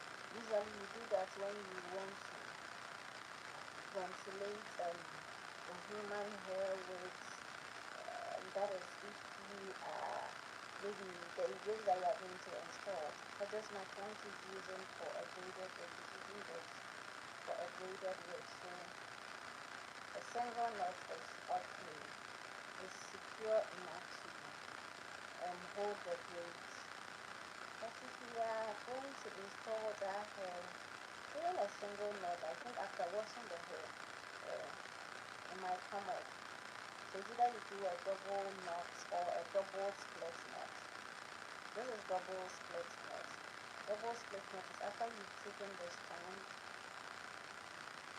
After you've taken the strand, you don't hold it with your two hands. You just pass one strand here, then you pass the other two here. Then you do it again. With this, I have to pick like two strands because one strand is too small. So let's say this strand, I pass it through the hair. I knot this side, then I come and knot this side too again. Then I hold and secure them down. So you have two strands two strands leaving outside. So that is double split knots. So you take it again. If you are doing double split knots, you just take your strands, knot this side, knot this side as well. Then you make sure your knots are secured, well secured. Then you leave it. You have two babies sticking out. That's it. This is called the double split knot.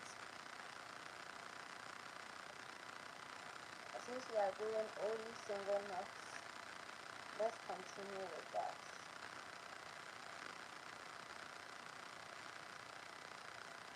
As time goes on, I'll be teaching you all the types of knots, and I do like, it's either I come live to teach that, or I will do like an actual video. I think I'll come live and do that, because anytime maybe I'm to create an actual video, it will be for my storytelling. So if you are in for entertainment and in for education as well, do me a favor by subscribing to my channel. Here I tell African folktale stories with the help of AI, and also I teach hair ventilation and hair related tips. So you are getting something, a 2-in-1 something. You are getting a whole entertainment, and also another aspect of education, acquiring a skillful knowledge.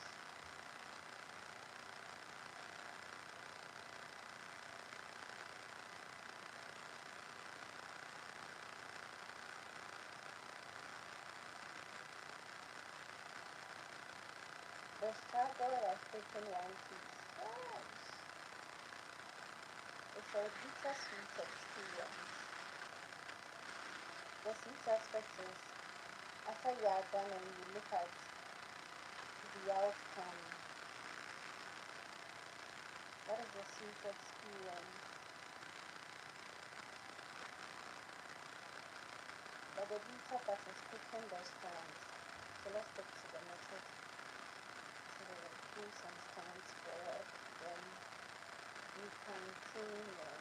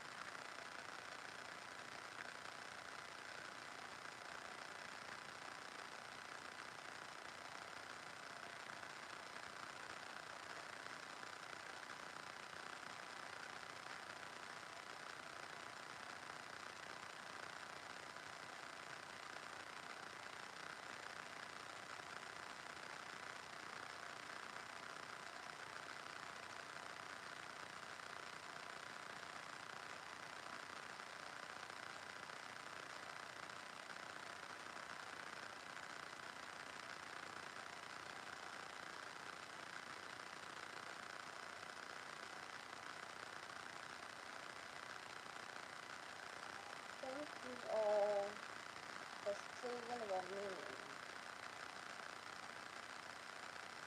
Please do me a favor by liking this live. Tap on the screen. Do tap on the screen to like this live. And also, you can share to your friends, families, and loved ones. Help that friend that has been looking forward to acquire a skill, that friend that has been looking forward to working from home, getting that suitable old job, or learning that skill that she could easily like do or work from home. Share to that friend, and I bet she would ever be grateful to me for helping her come this far. See that? Can you see that?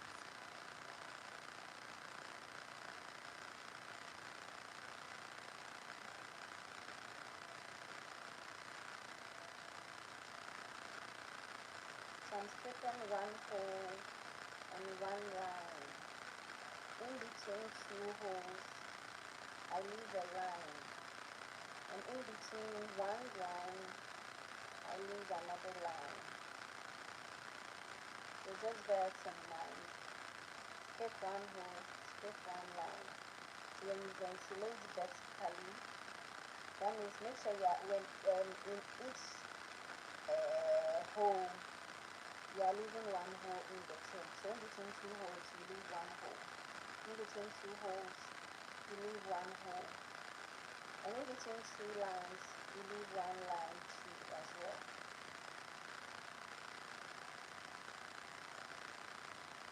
Trying as much as possible to pick a strand, since we are ventilating and we want to create a realistic and natural looking hairline.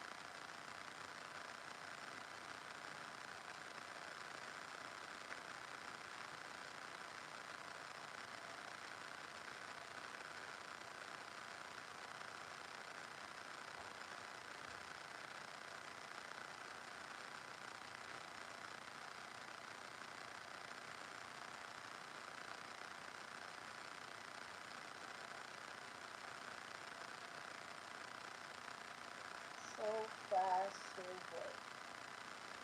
We've been here for the past 2 hours.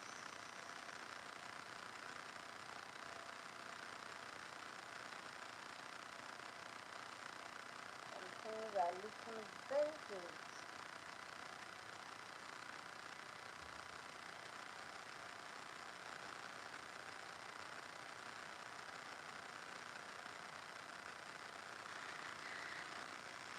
I'm open to answer all questions, anything you want to know in relation to hair ventilation. Let me know. Also, let me know which country you are watching me from.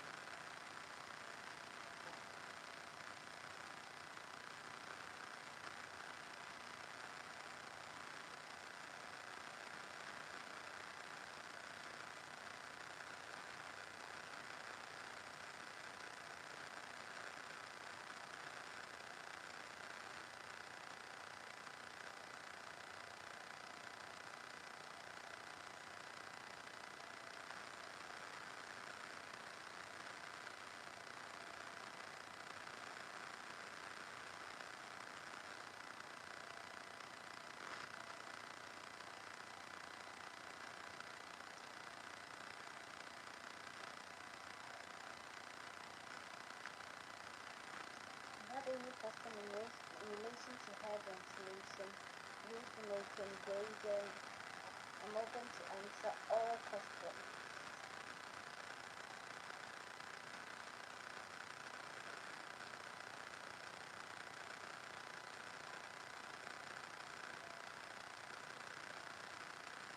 So if someone is supposed to ask me this question, maybe is hair ventilation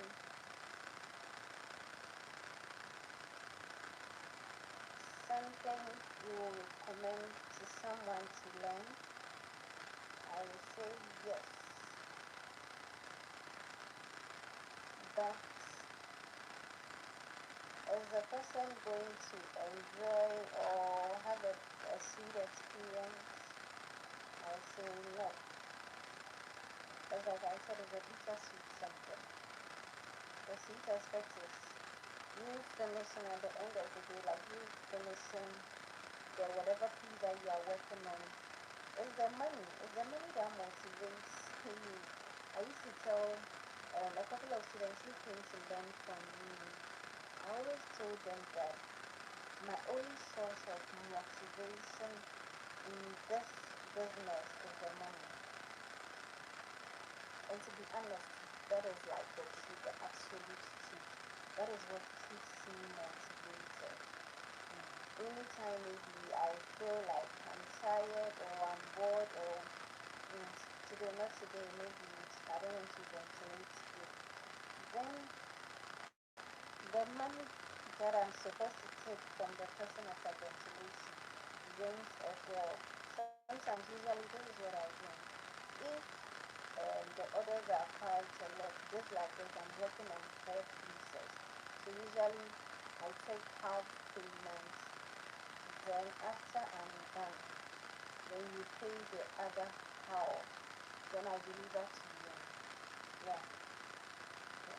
So it's either you pay more, if you can afford, if you can pay everything, excuse me, that's fine. Yeah, I'll gladly take it. But if you can't pay everything and you can pay half or more than half, yeah, I'll take it as well. Then I work for you. So when I'm done, then you pay the other half.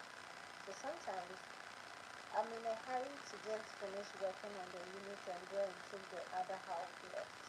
So money is the only thing that motivates me. When I'm working, the money keeps ringing in my bell. Yeah, I'm taking this amount of money, I'm taking this amount of taking this amount of money.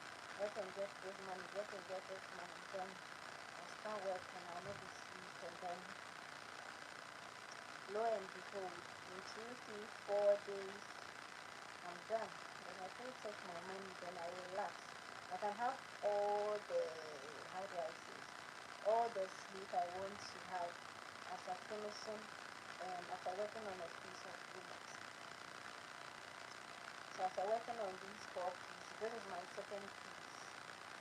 This will pay me here in the course of the week. They were here when I started my first piece. So this is my second piece. I have 2 more, which I'll try as much as possible and finish the following week. Then I'm done. So what keeps me motivated is the money.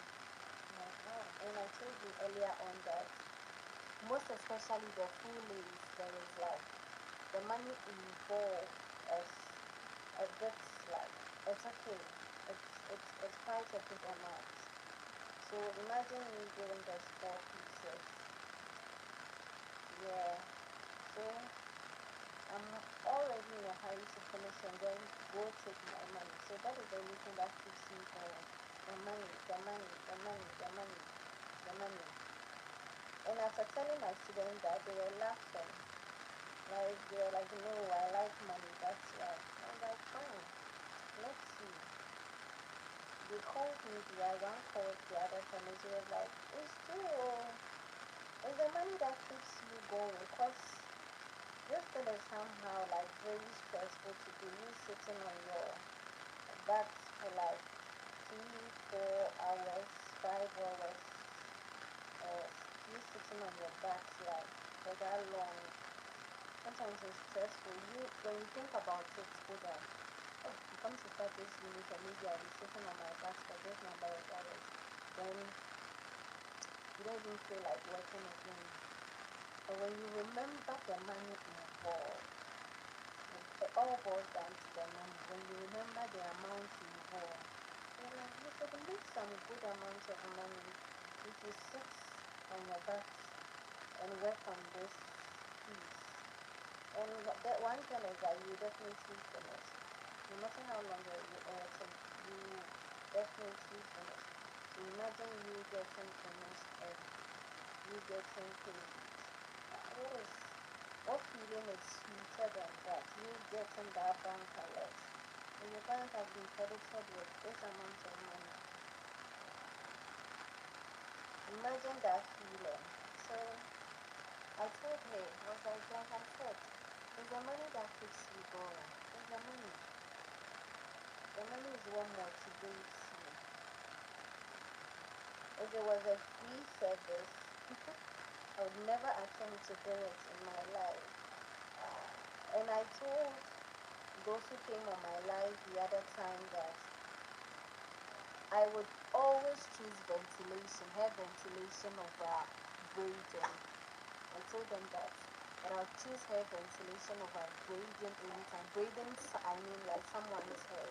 Like you getting a client to come to your shop, then you stand on your feet you standing on your feet is, I think, a bit stressful than you sitting on your butt for some time.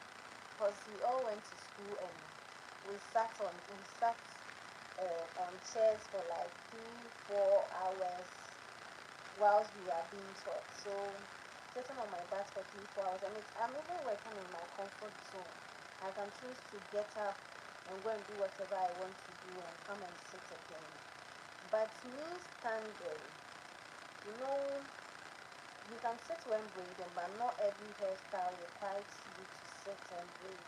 If you are braiding cornrow, for instance, there is no way you can sit and braid unless maybe you are braiding for a kid. So that one, some kids would like to sit on a lower chair, then you braid for them.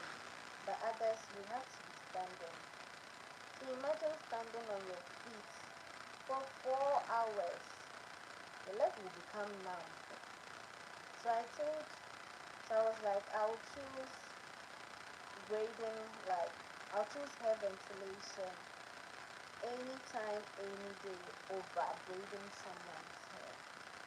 Because with the hair ventilation, I can work at my own pace. But with the braiding, the person wants you to finish so he or she can go home. But with this one, my client wants me to finish early though, but I'm moving at my own pace and I'm in my comfort zone. But with the braiding, you can't even stop to eat because your client wants you to finish with whatever that you are doing on her hair. She wants to finish. She also has plans, so she wants you to finish so she can go her way. And the moment you finish, it's either you are getting another client to braid on. So imagine you have maybe 4 people. You can be having workers and you can be having lots of people who come to your shop, and it will require you to stand for close to 4, 5, 6 hours. Yes. No, I wouldn't go in for that. In some way, somehow, the ventilation money ends up always being higher than the braiding money. Because the amount of money I'm going to take was like maybe working on a full lace for, since it's in my comfort zone, the amount of money I'm going to take is always higher than the amount of money that someone is going to stand and take. Yeah. So I'll choose ventilation over braiding anytime, any day.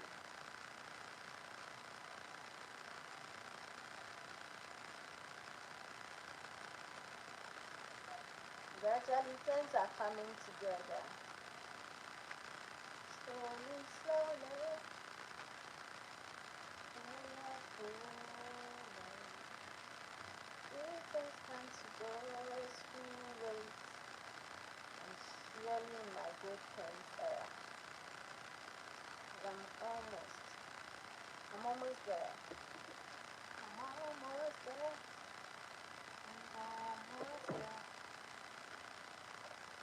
So that is hair ventilation for you. No matter how long it's going to take. I've been here for close to, let me see. Yeah, we are clocking 3 hours. We are clocking 3 hours. And we are still here. Eventually, I will finish. It takes me 4 days to finish a full lace unit. That is maximum. If maybe I get to do things in the course of the week, yeah, then it will take me 4 days. But if I'm strictly like not doing anything, only ventilation, it takes me, I think, 3.5 days or 3 days. Yeah. Just that sometimes I don't like to stress myself, so maybe something that could take me 4 days to finish, I'll prefer to finish in 5 days. That is why I said with hair ventilation, you can move at your own pace, because no one is giving me pressure. My client today, she hasn't asked for extra. She's not pressuring me at all. She's like, anytime I'll finish, and she just lets her know. So I'm not being pressured. I'm not under pressure. She just gave me like if I'm able, I was like, I gave myself maybe 2 weeks. I'll finish in 2 weeks. I gave myself that maybe in 2 weeks I'll finish. So I'm not being pressured at all. Unlike grading or you working for someone, you are under serious pressure. With this one, I'm not being pressured at all. I can decide to stop, go and eat, go sleep, go prepare food. I can decide to stop and go and do whatever that I want to do. Plus, I'm working at my own pace and I'm in a comfortable lead. I'm in my comfort zone. So, if you're thinking of learning hair ventilation, I'm here to motivate you to learn it. Take that offer. Take that opportunity. If you were here earlier with me, I told you that I learned from YouTube. I came to learn from here. I started ventilation. Till date, I've not been to any ventilations. I've not gone for master class anywhere.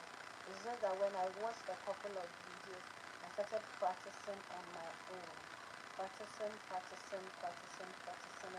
After 4 years, 4 to 5 years, yeah, I'm here. After 4 to 5 years, here I am. So I've never sat in any class for someone to teach me hair ventilation. The classes that I've sat for someone to teach me was wig making, that is using the machine to sew wigs, the bundle wigs, and also I've sat for bridal hairstyling and makeover, and I've also sat in class for like frontal installation. So those are the classes that I've sat for. But for hair ventilation and braiding, no, it's something that I learned on my own.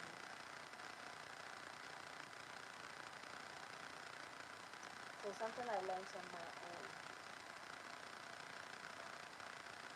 And I'm so glad I did.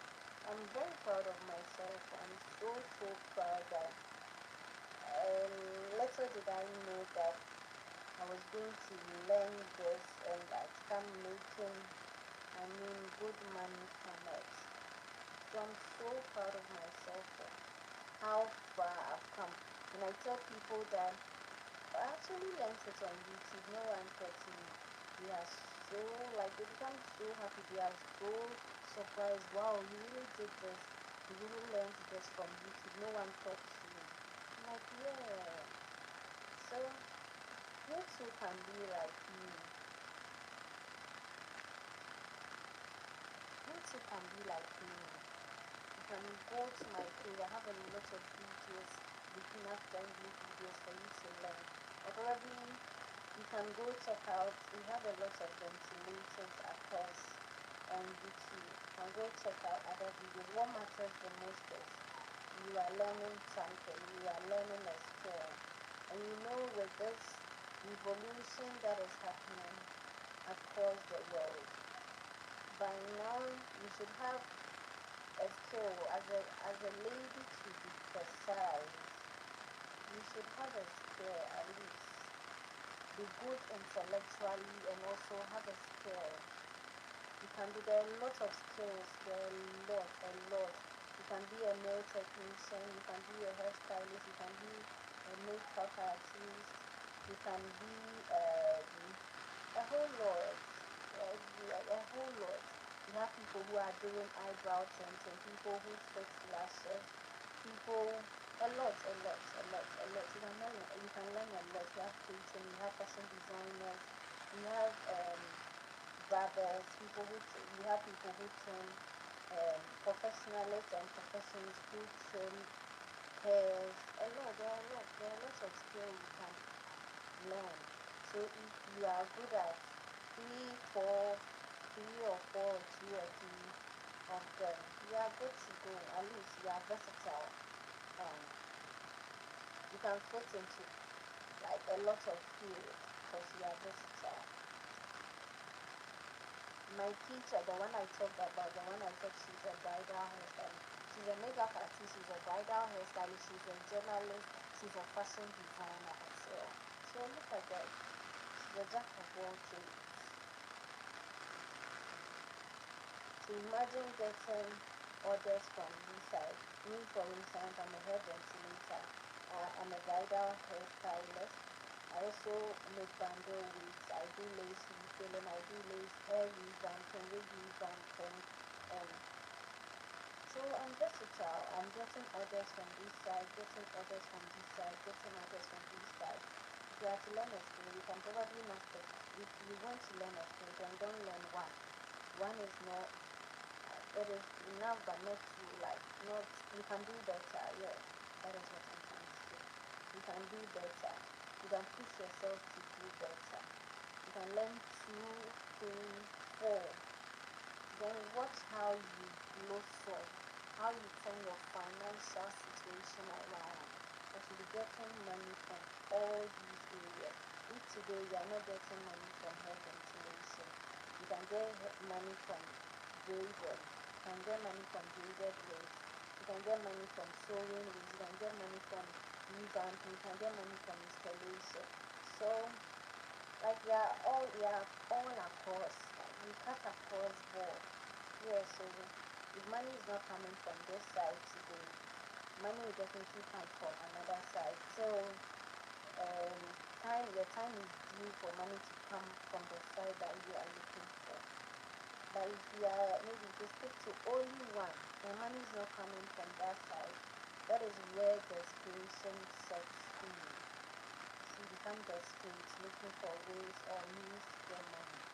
But if you are someone whose skill cuts across board, you are always busy. You always have one thing or one thing or the other to do. You are always busy because you are versatile.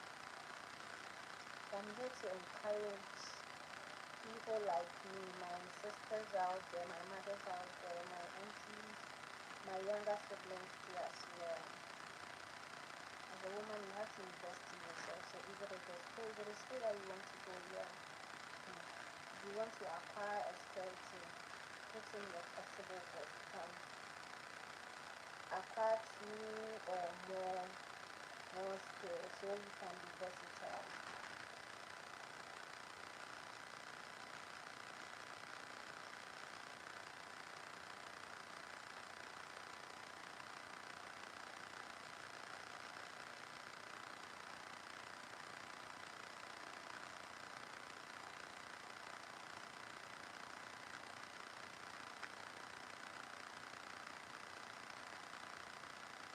Like I said, I'm open to answer all your questions. I'm not getting your questions, so or you guys want me here to do the talking? Mm, is it that you guys love listening to me or bring your questions in? I'm in for all your questions.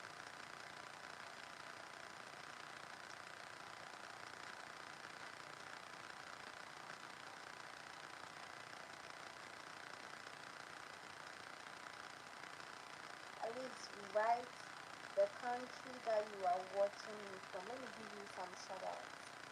Let me give you shout outs. Precious is here. Precious hair. Hi.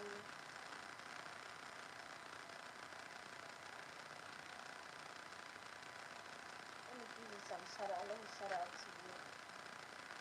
Let me know the country you are watching me from. Am I Ghanaian people here? Am I Nigerian people here? Let me know the country you are watching me from. Another thing that has really equipped me, like in my ventilation journey, is joining groups. I joined a couple of hair ventilation. If you go to Facebook, yeah, there are lots of hair ventilation pages you can join.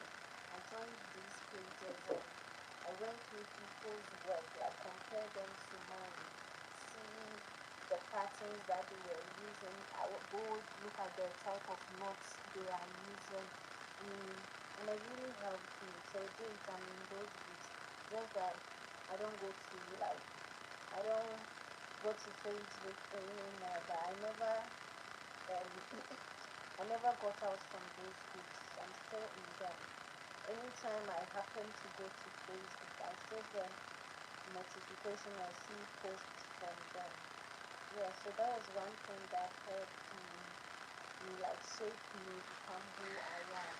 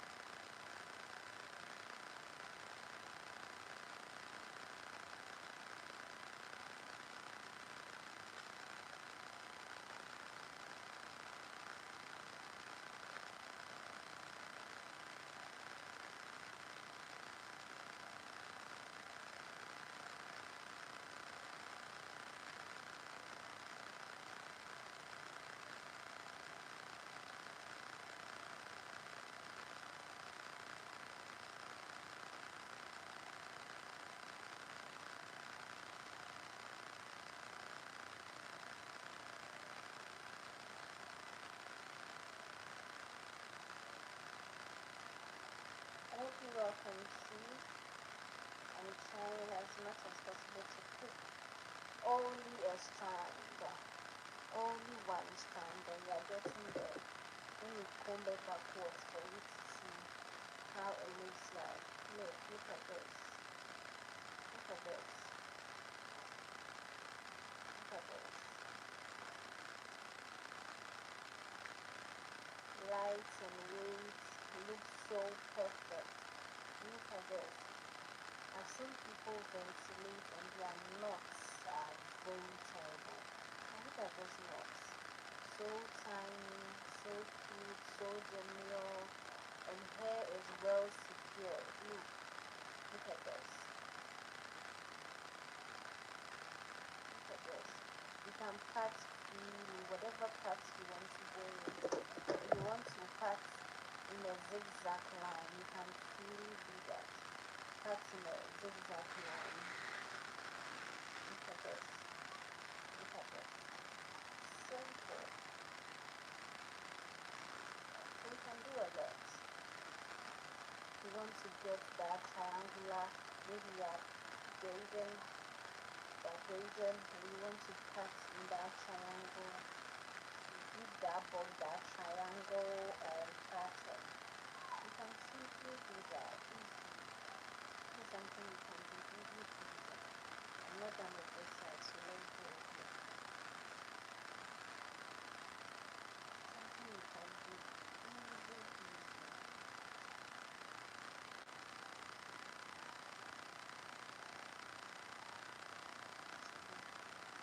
This is it. So this is it, nicely done. Nicely done. Sorry, my network. Yeah, not fully back. You can attack it. So that means the person is doing something wrong. Sorry guys.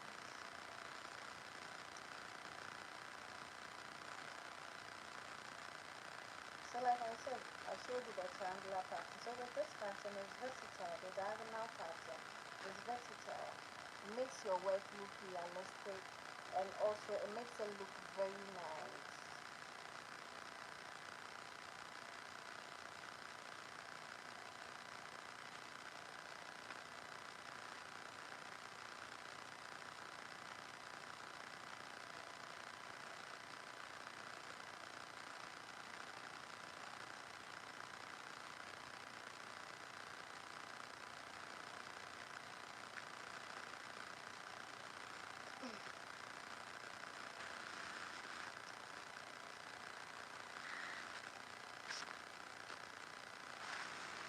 So this is how to ventilate, achieve the perfect hairline. And you just get to the hairline. The only thing you have to do is just pick one strand, one strand, one strand, one strand, one strand, and you are good to go. Just pick a strand. If you pick a strand, you want to create the Lagos hairline or whatever hairline you want to create, you just draw that hairline, or probably if you have that hairline, a picture of how that hairline should look. You just ventilate according to the shape of your hairline. If it is widow's peak that you want to create, if it is the Lagos hairline that you want to create, you just ventilate in that direction. But make sure you are taking one strand, and your piece will turn out very beautiful. Will turn out like, it will look realistic. It will look realistic, just like the images that I put there. Yeah. And you get to the hairline, you pick your strands, one, one, one, one, one hole, one hole, one hole. In between two holes, you leave one hole. Then in between two lines, you leave one line too. So one hole, one line. But just be picking one strand. Be picking one strand. Be picking one strand. Just a strand, a small tiny strand. Throughout. Then you are good to go. And usually you know how the hairline is being done. Let's say after ventilation and an inch to where you want to stop. So let's say if you are ventilating a 7x7 closure. After you have ventilated 7x6, the 1 inch left for it to be a 7x7 closure. You use that 1 inch left as your hairline. But if you want to be more dramatic, you can go 2 inches or 1.5 inch. I think it's okay. 1.5 inch or 2 inches for people that want to be like overly dramatic with the hairline. Yeah, yeah. So with the 7x7 like this, if you want to be overly dramatic with the hairline, when you get to 7x5, you measure and see if like the width is 5. If it is 5, then you go, the length is 5, then you stop. Then the rest of the 2 inches left, you ventilate it, as your hairline by picking only a strand, and watch your closure turn out so beautiful. It looks so beautiful, realistic. So just keep on picking like one strand, one strand, one strand.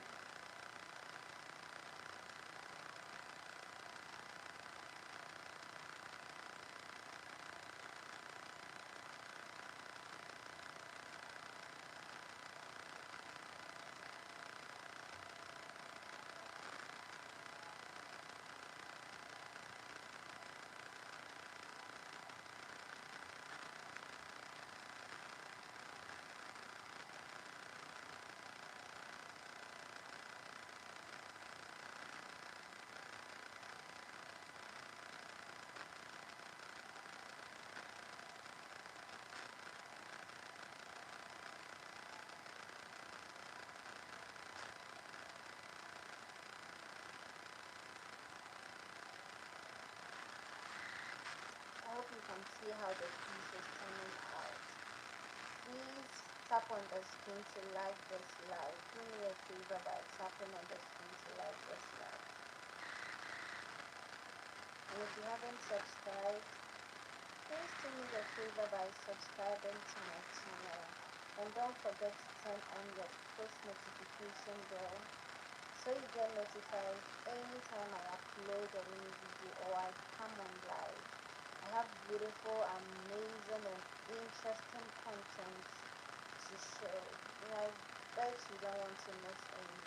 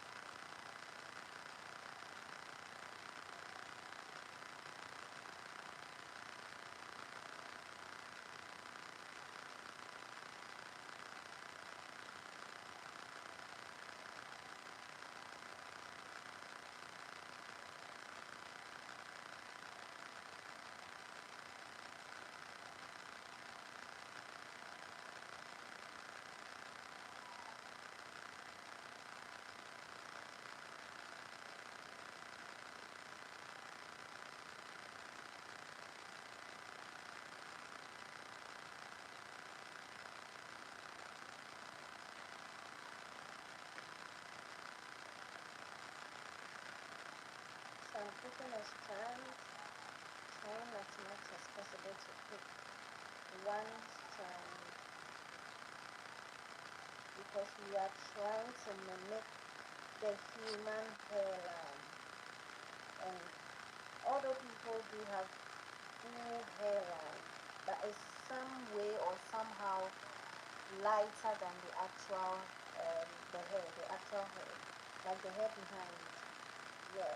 So the hair from her nape to, let's say, a bit of the front part, to a little bit of the front part is thicker than the hairline. So we are trying to mimic the human hairline by picking only one strand each. Picking only one strand. By picking only one strand.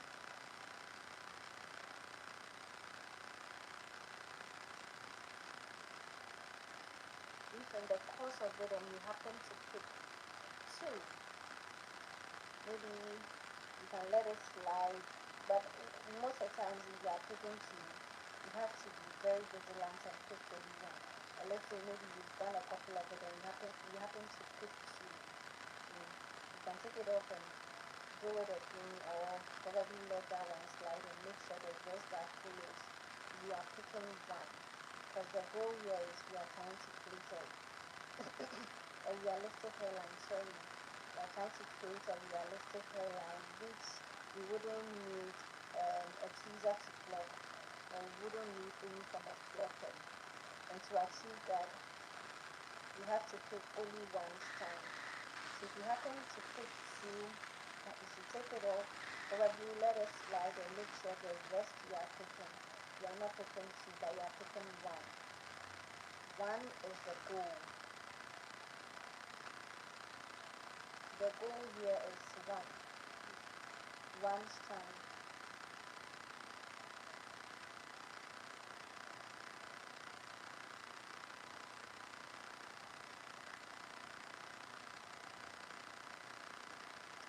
Please don't forget to like, tap on the screen to like this live. It will do me some good. Please tap on the screen to like this live.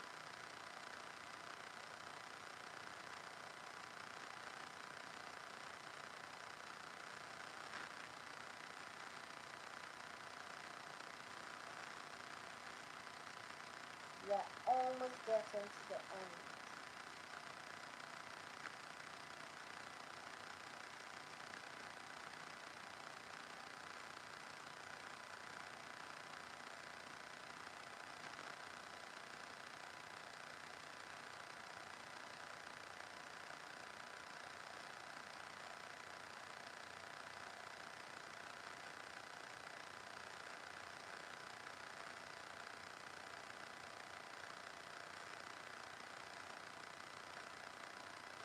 Usually I have a way of ventilating my fluid. That's why I haven't ventilated this side. This side I'll be picking two because that is not part of the hairline. So this is the hairline. The hairline, as of this one, I have one more line to complete. Then I'm done with the hairline. It's going to end here. Yeah. Then I'll be done with the hairline. This part is part of the base. So after I'm done working on the hairline, I'll come back to the base and pick two over here, only this side.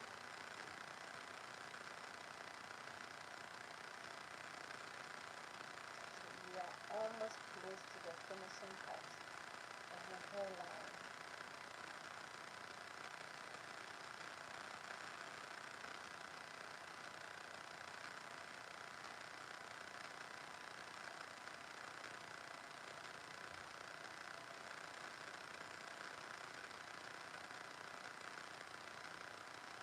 Picking one strand, one hole is to one strand, one hole is to one strand. But mind you, I'm leaving holes in between, one hole in between. So you ventilate on the first. Sorry guys.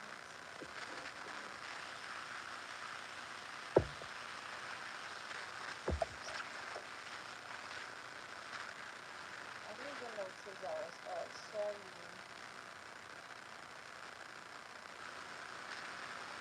When it comes to this side, the double stitches here sometimes is a little bit difficult to ventilate it, but there are holes there. So just that the holes are double, they are being stitched together, so it appears a little bit bulky than the usual holes. But be patient, you'll be able to ventilate that side. Although the holes are there because it's being stitched double, it's sometimes very difficult to ventilate that side. But since there are holes there, you will have to do very well and pick those holes. You will have to try as much as possible to ventilate those holes. If you can put your pin through and lift one hole and ventilate, it's okay. But you are putting it through too and it puts more than one hole. So that one too is fine. What matters is your pin is able to pass through the hole. That is what matters. Let me zoom in a little bit for you guys to see. So you can see there are holes there. But just that the holes are double because it was stitched over, that place becomes a little bit bulky. But like I said, there are holes there, so you have to try as much as possible and pass your pin through it to be able to pick the strand.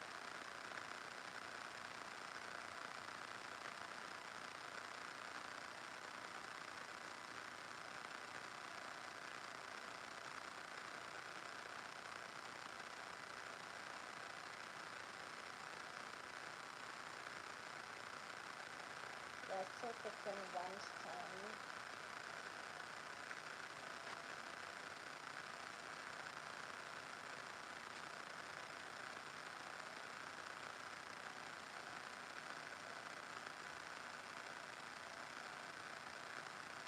Picking one strand and leaving one hole in between.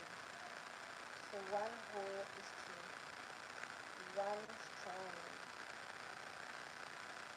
One hole is to one strand.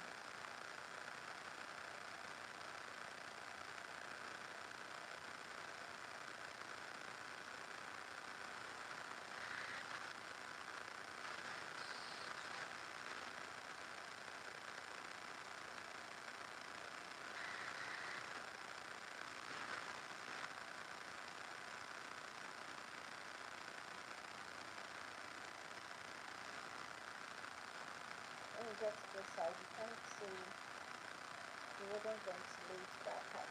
There are going to be potholes in between. So try and ventilate that part.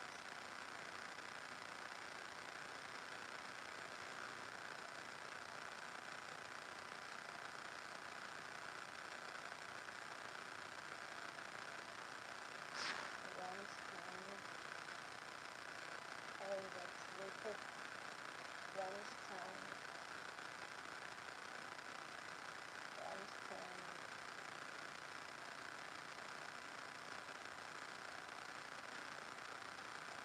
Sometimes you can use your pin to pull the strands forward a little bit, so you'll be able to pick one strand. Or probably you can do that with your hands. You pull them a little bit forward so you can see the strands, then you pick one after the other. So one strand,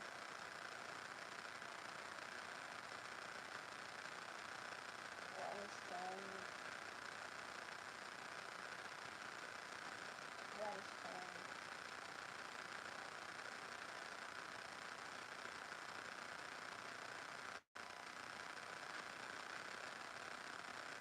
one strand. You are getting to the part that has a lot of holes. But the goal is to ventilate in every part that you think needs hair. So we try our best to ventilate there.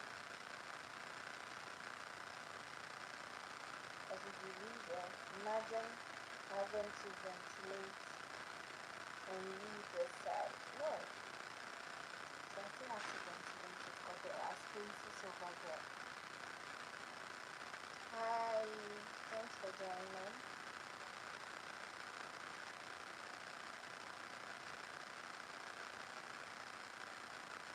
The goal is to pick one strand, okay, some one strand. One hole is to one strand.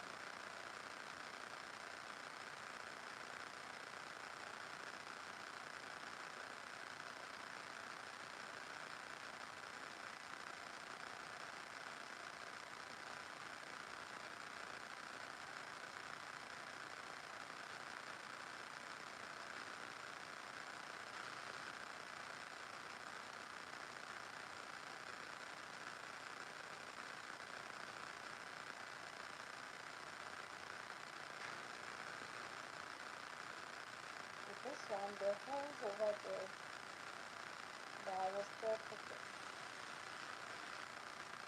I want to pull hair everywhere that I think there should be hair there. But the holes are even difficult to look for.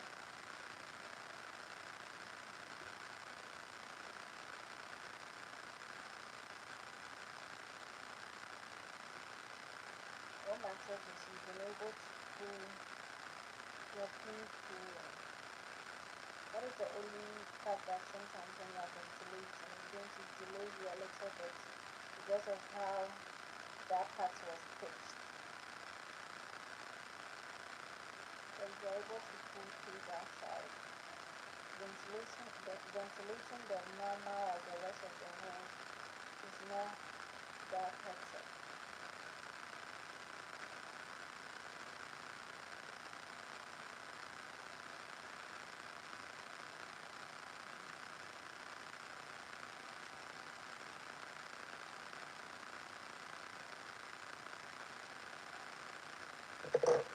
So now let's look at the final of this. You see, look at this.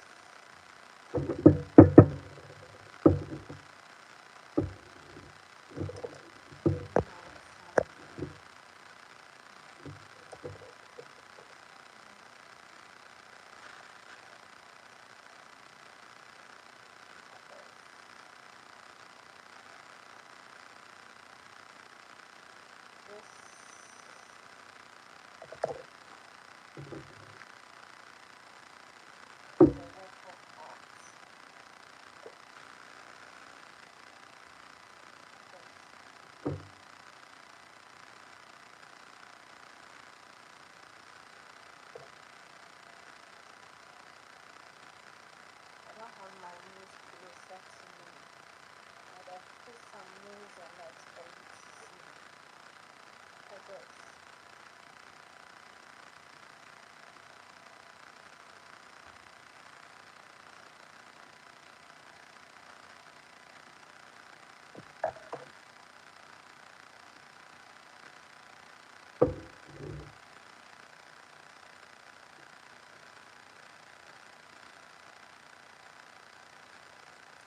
It is so pretty.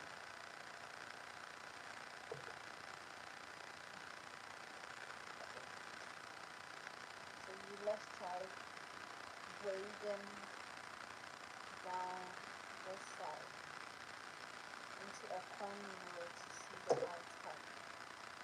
Let me try braiding a corn roll for you to see how pretty it's going to look.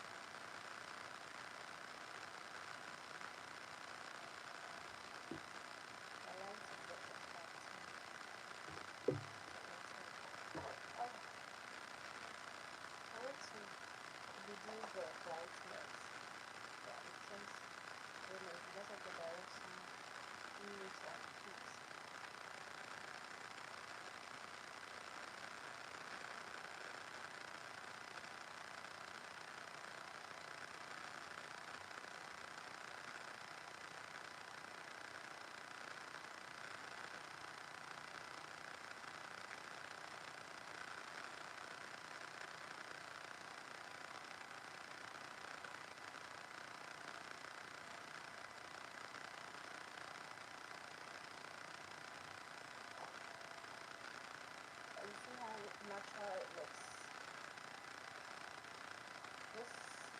this for a golden wig, create very natural looking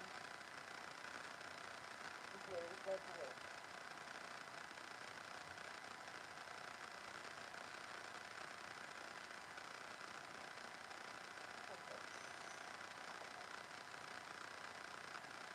Look at this.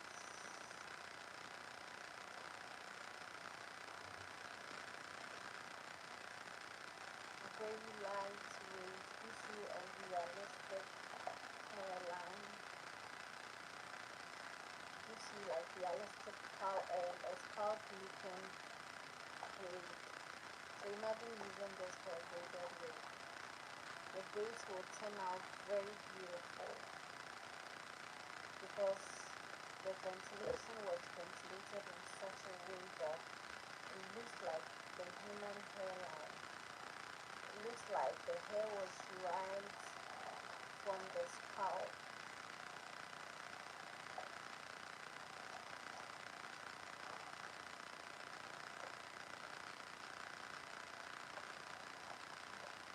Look,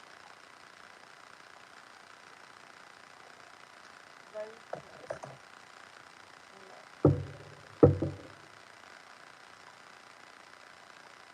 Look at how from ventilating to this side.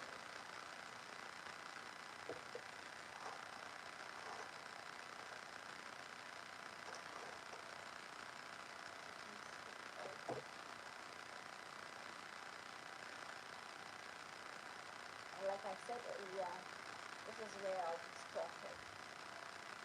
Okay, now. So from this side to this side, I'll continue ventilating, taking one strand. Hello, yeah. How are you? How are you doing?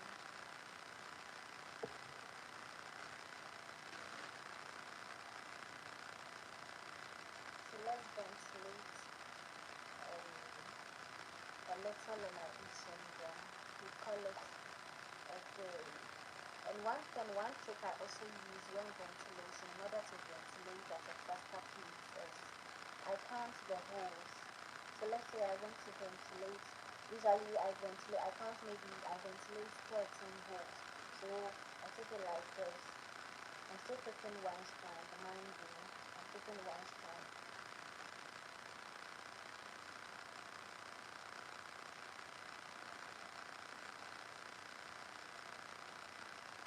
Mind you, I'm still taking one strand.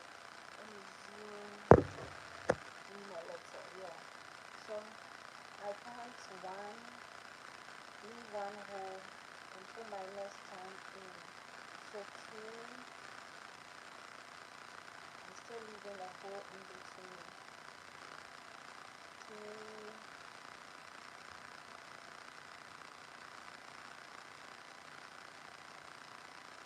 four, five,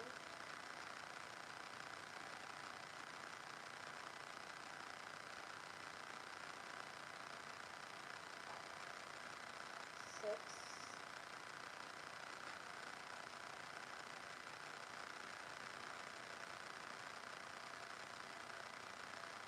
seven,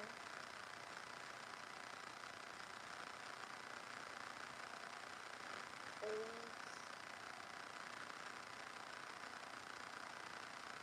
9,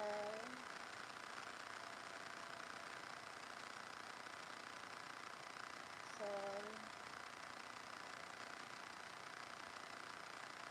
11,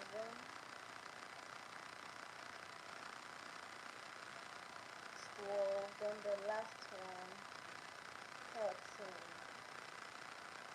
So I use this as a demarcation. So I know that I'll be ventilating to the side. So if I do it this way, I've set a target. So if I get here, maybe I can either continue or go take a break. So I usually set targets by ventilating vertically, maybe either 13, 14, or at most 15. So as I counting the lines, then I start ventilating this way, making sure that all my ventilation falls in there. in that demarcation. Yes. I'm still picking one strand. I just that I've used that line there as a demarcation.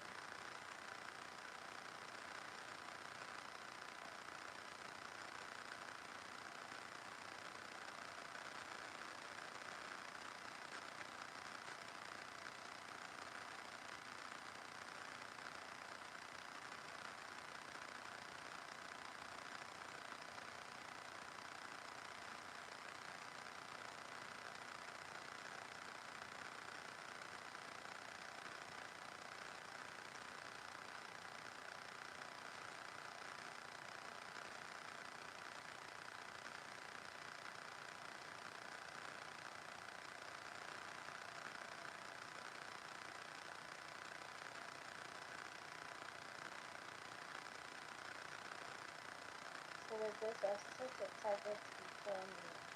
Then you see it will start pushing me to finish or to work at a faster pace. But sometimes if you don't put a target, you feel that you still have a lot more to cover.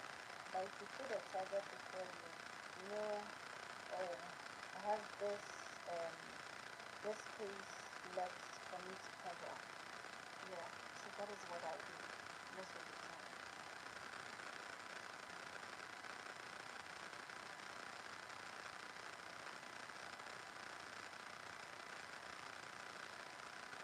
Please do me a favor by liking this live.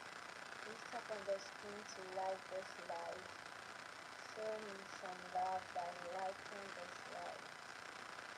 And also, if you haven't subscribed, please do me a favor by subscribing to my channel. And also, don't forget to turn on your post notification bell so you get notified anytime I come here to upload a new video or I come live. I'm still picking one strand. Hi everyone, welcome.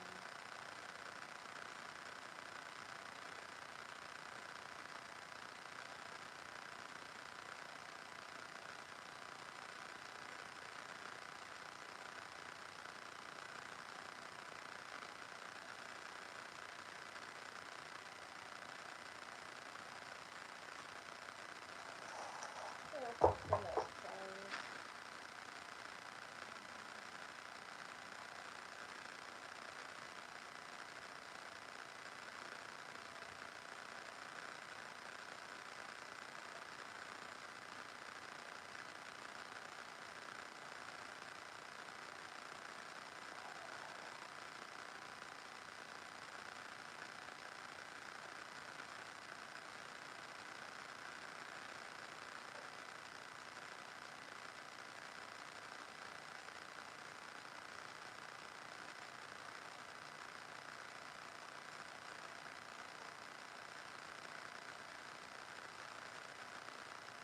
Still picking a strand.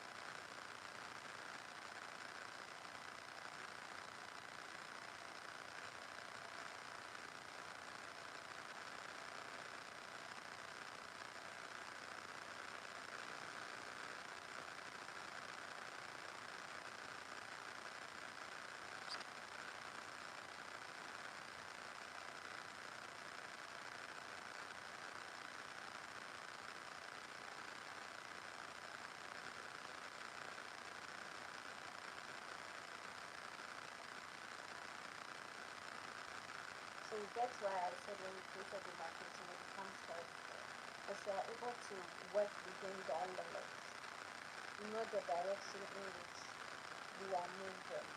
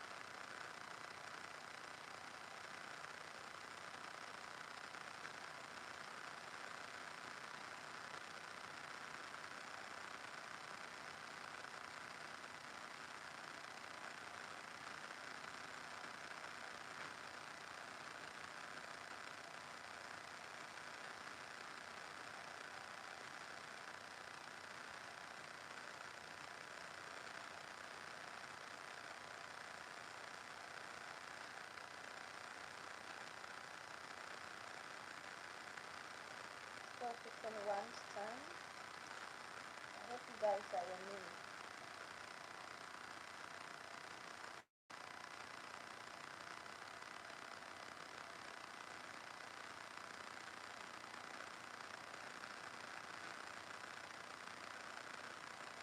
We want our relays to look natural as we want it to look. Look very natural.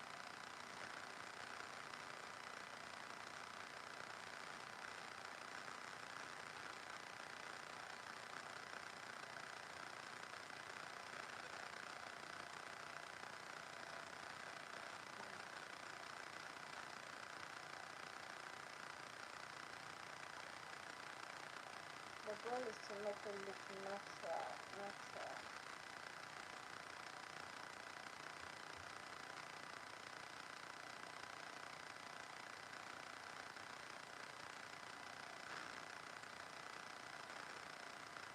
Once I'm done with this side, we call it a day. This is how far we have come with creating the realistic hairline.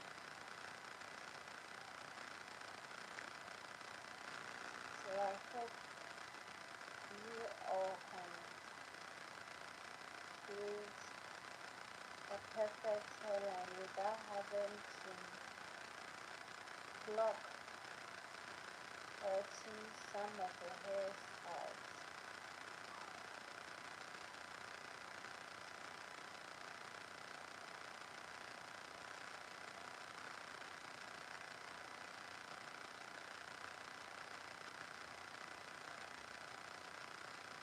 Do a little, then we're good to go.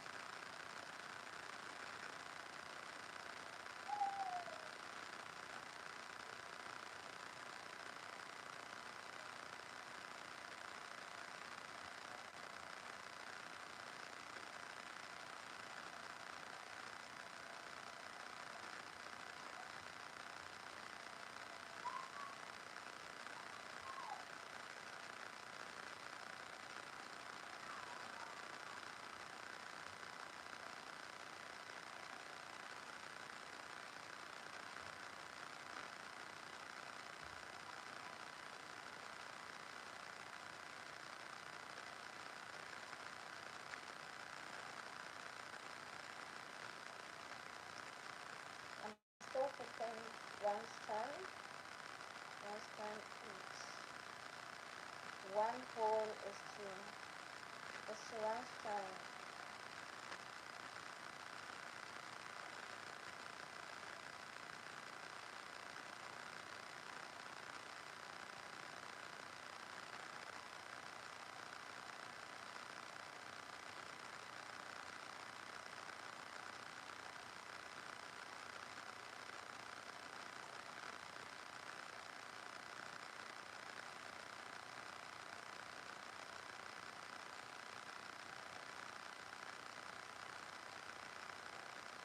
Let's take the last line and let's look at the progress.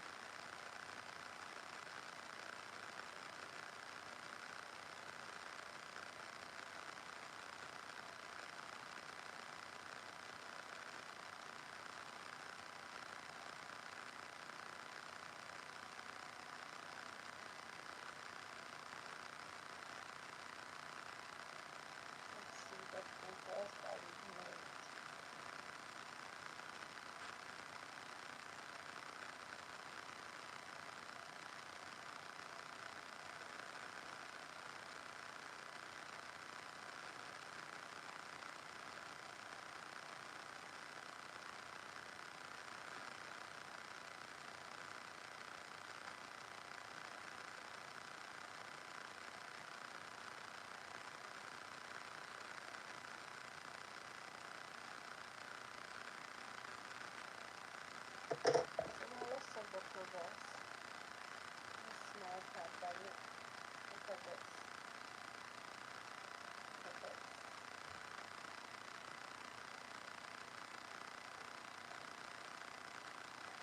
Okay.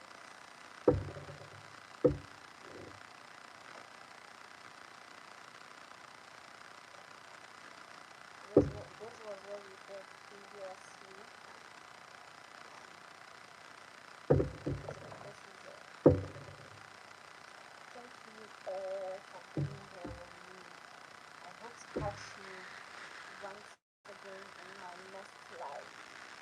I think I'll go live again on Monday, and I'll take you guys through the process on like how many days I'm going to use to ventilate every day. So don't forget to subscribe to my channel if you haven't, because I have more interesting content and amazing content coming your way. I'll be taking you through the process and the number of days I'm going to spend in ventilating a full nose. So I guess you don't want to miss that. You want to see the number of days I'm actually going to take to create a full nose. Thank you once again for coming here. I love you guys so much. Kisses. Bye.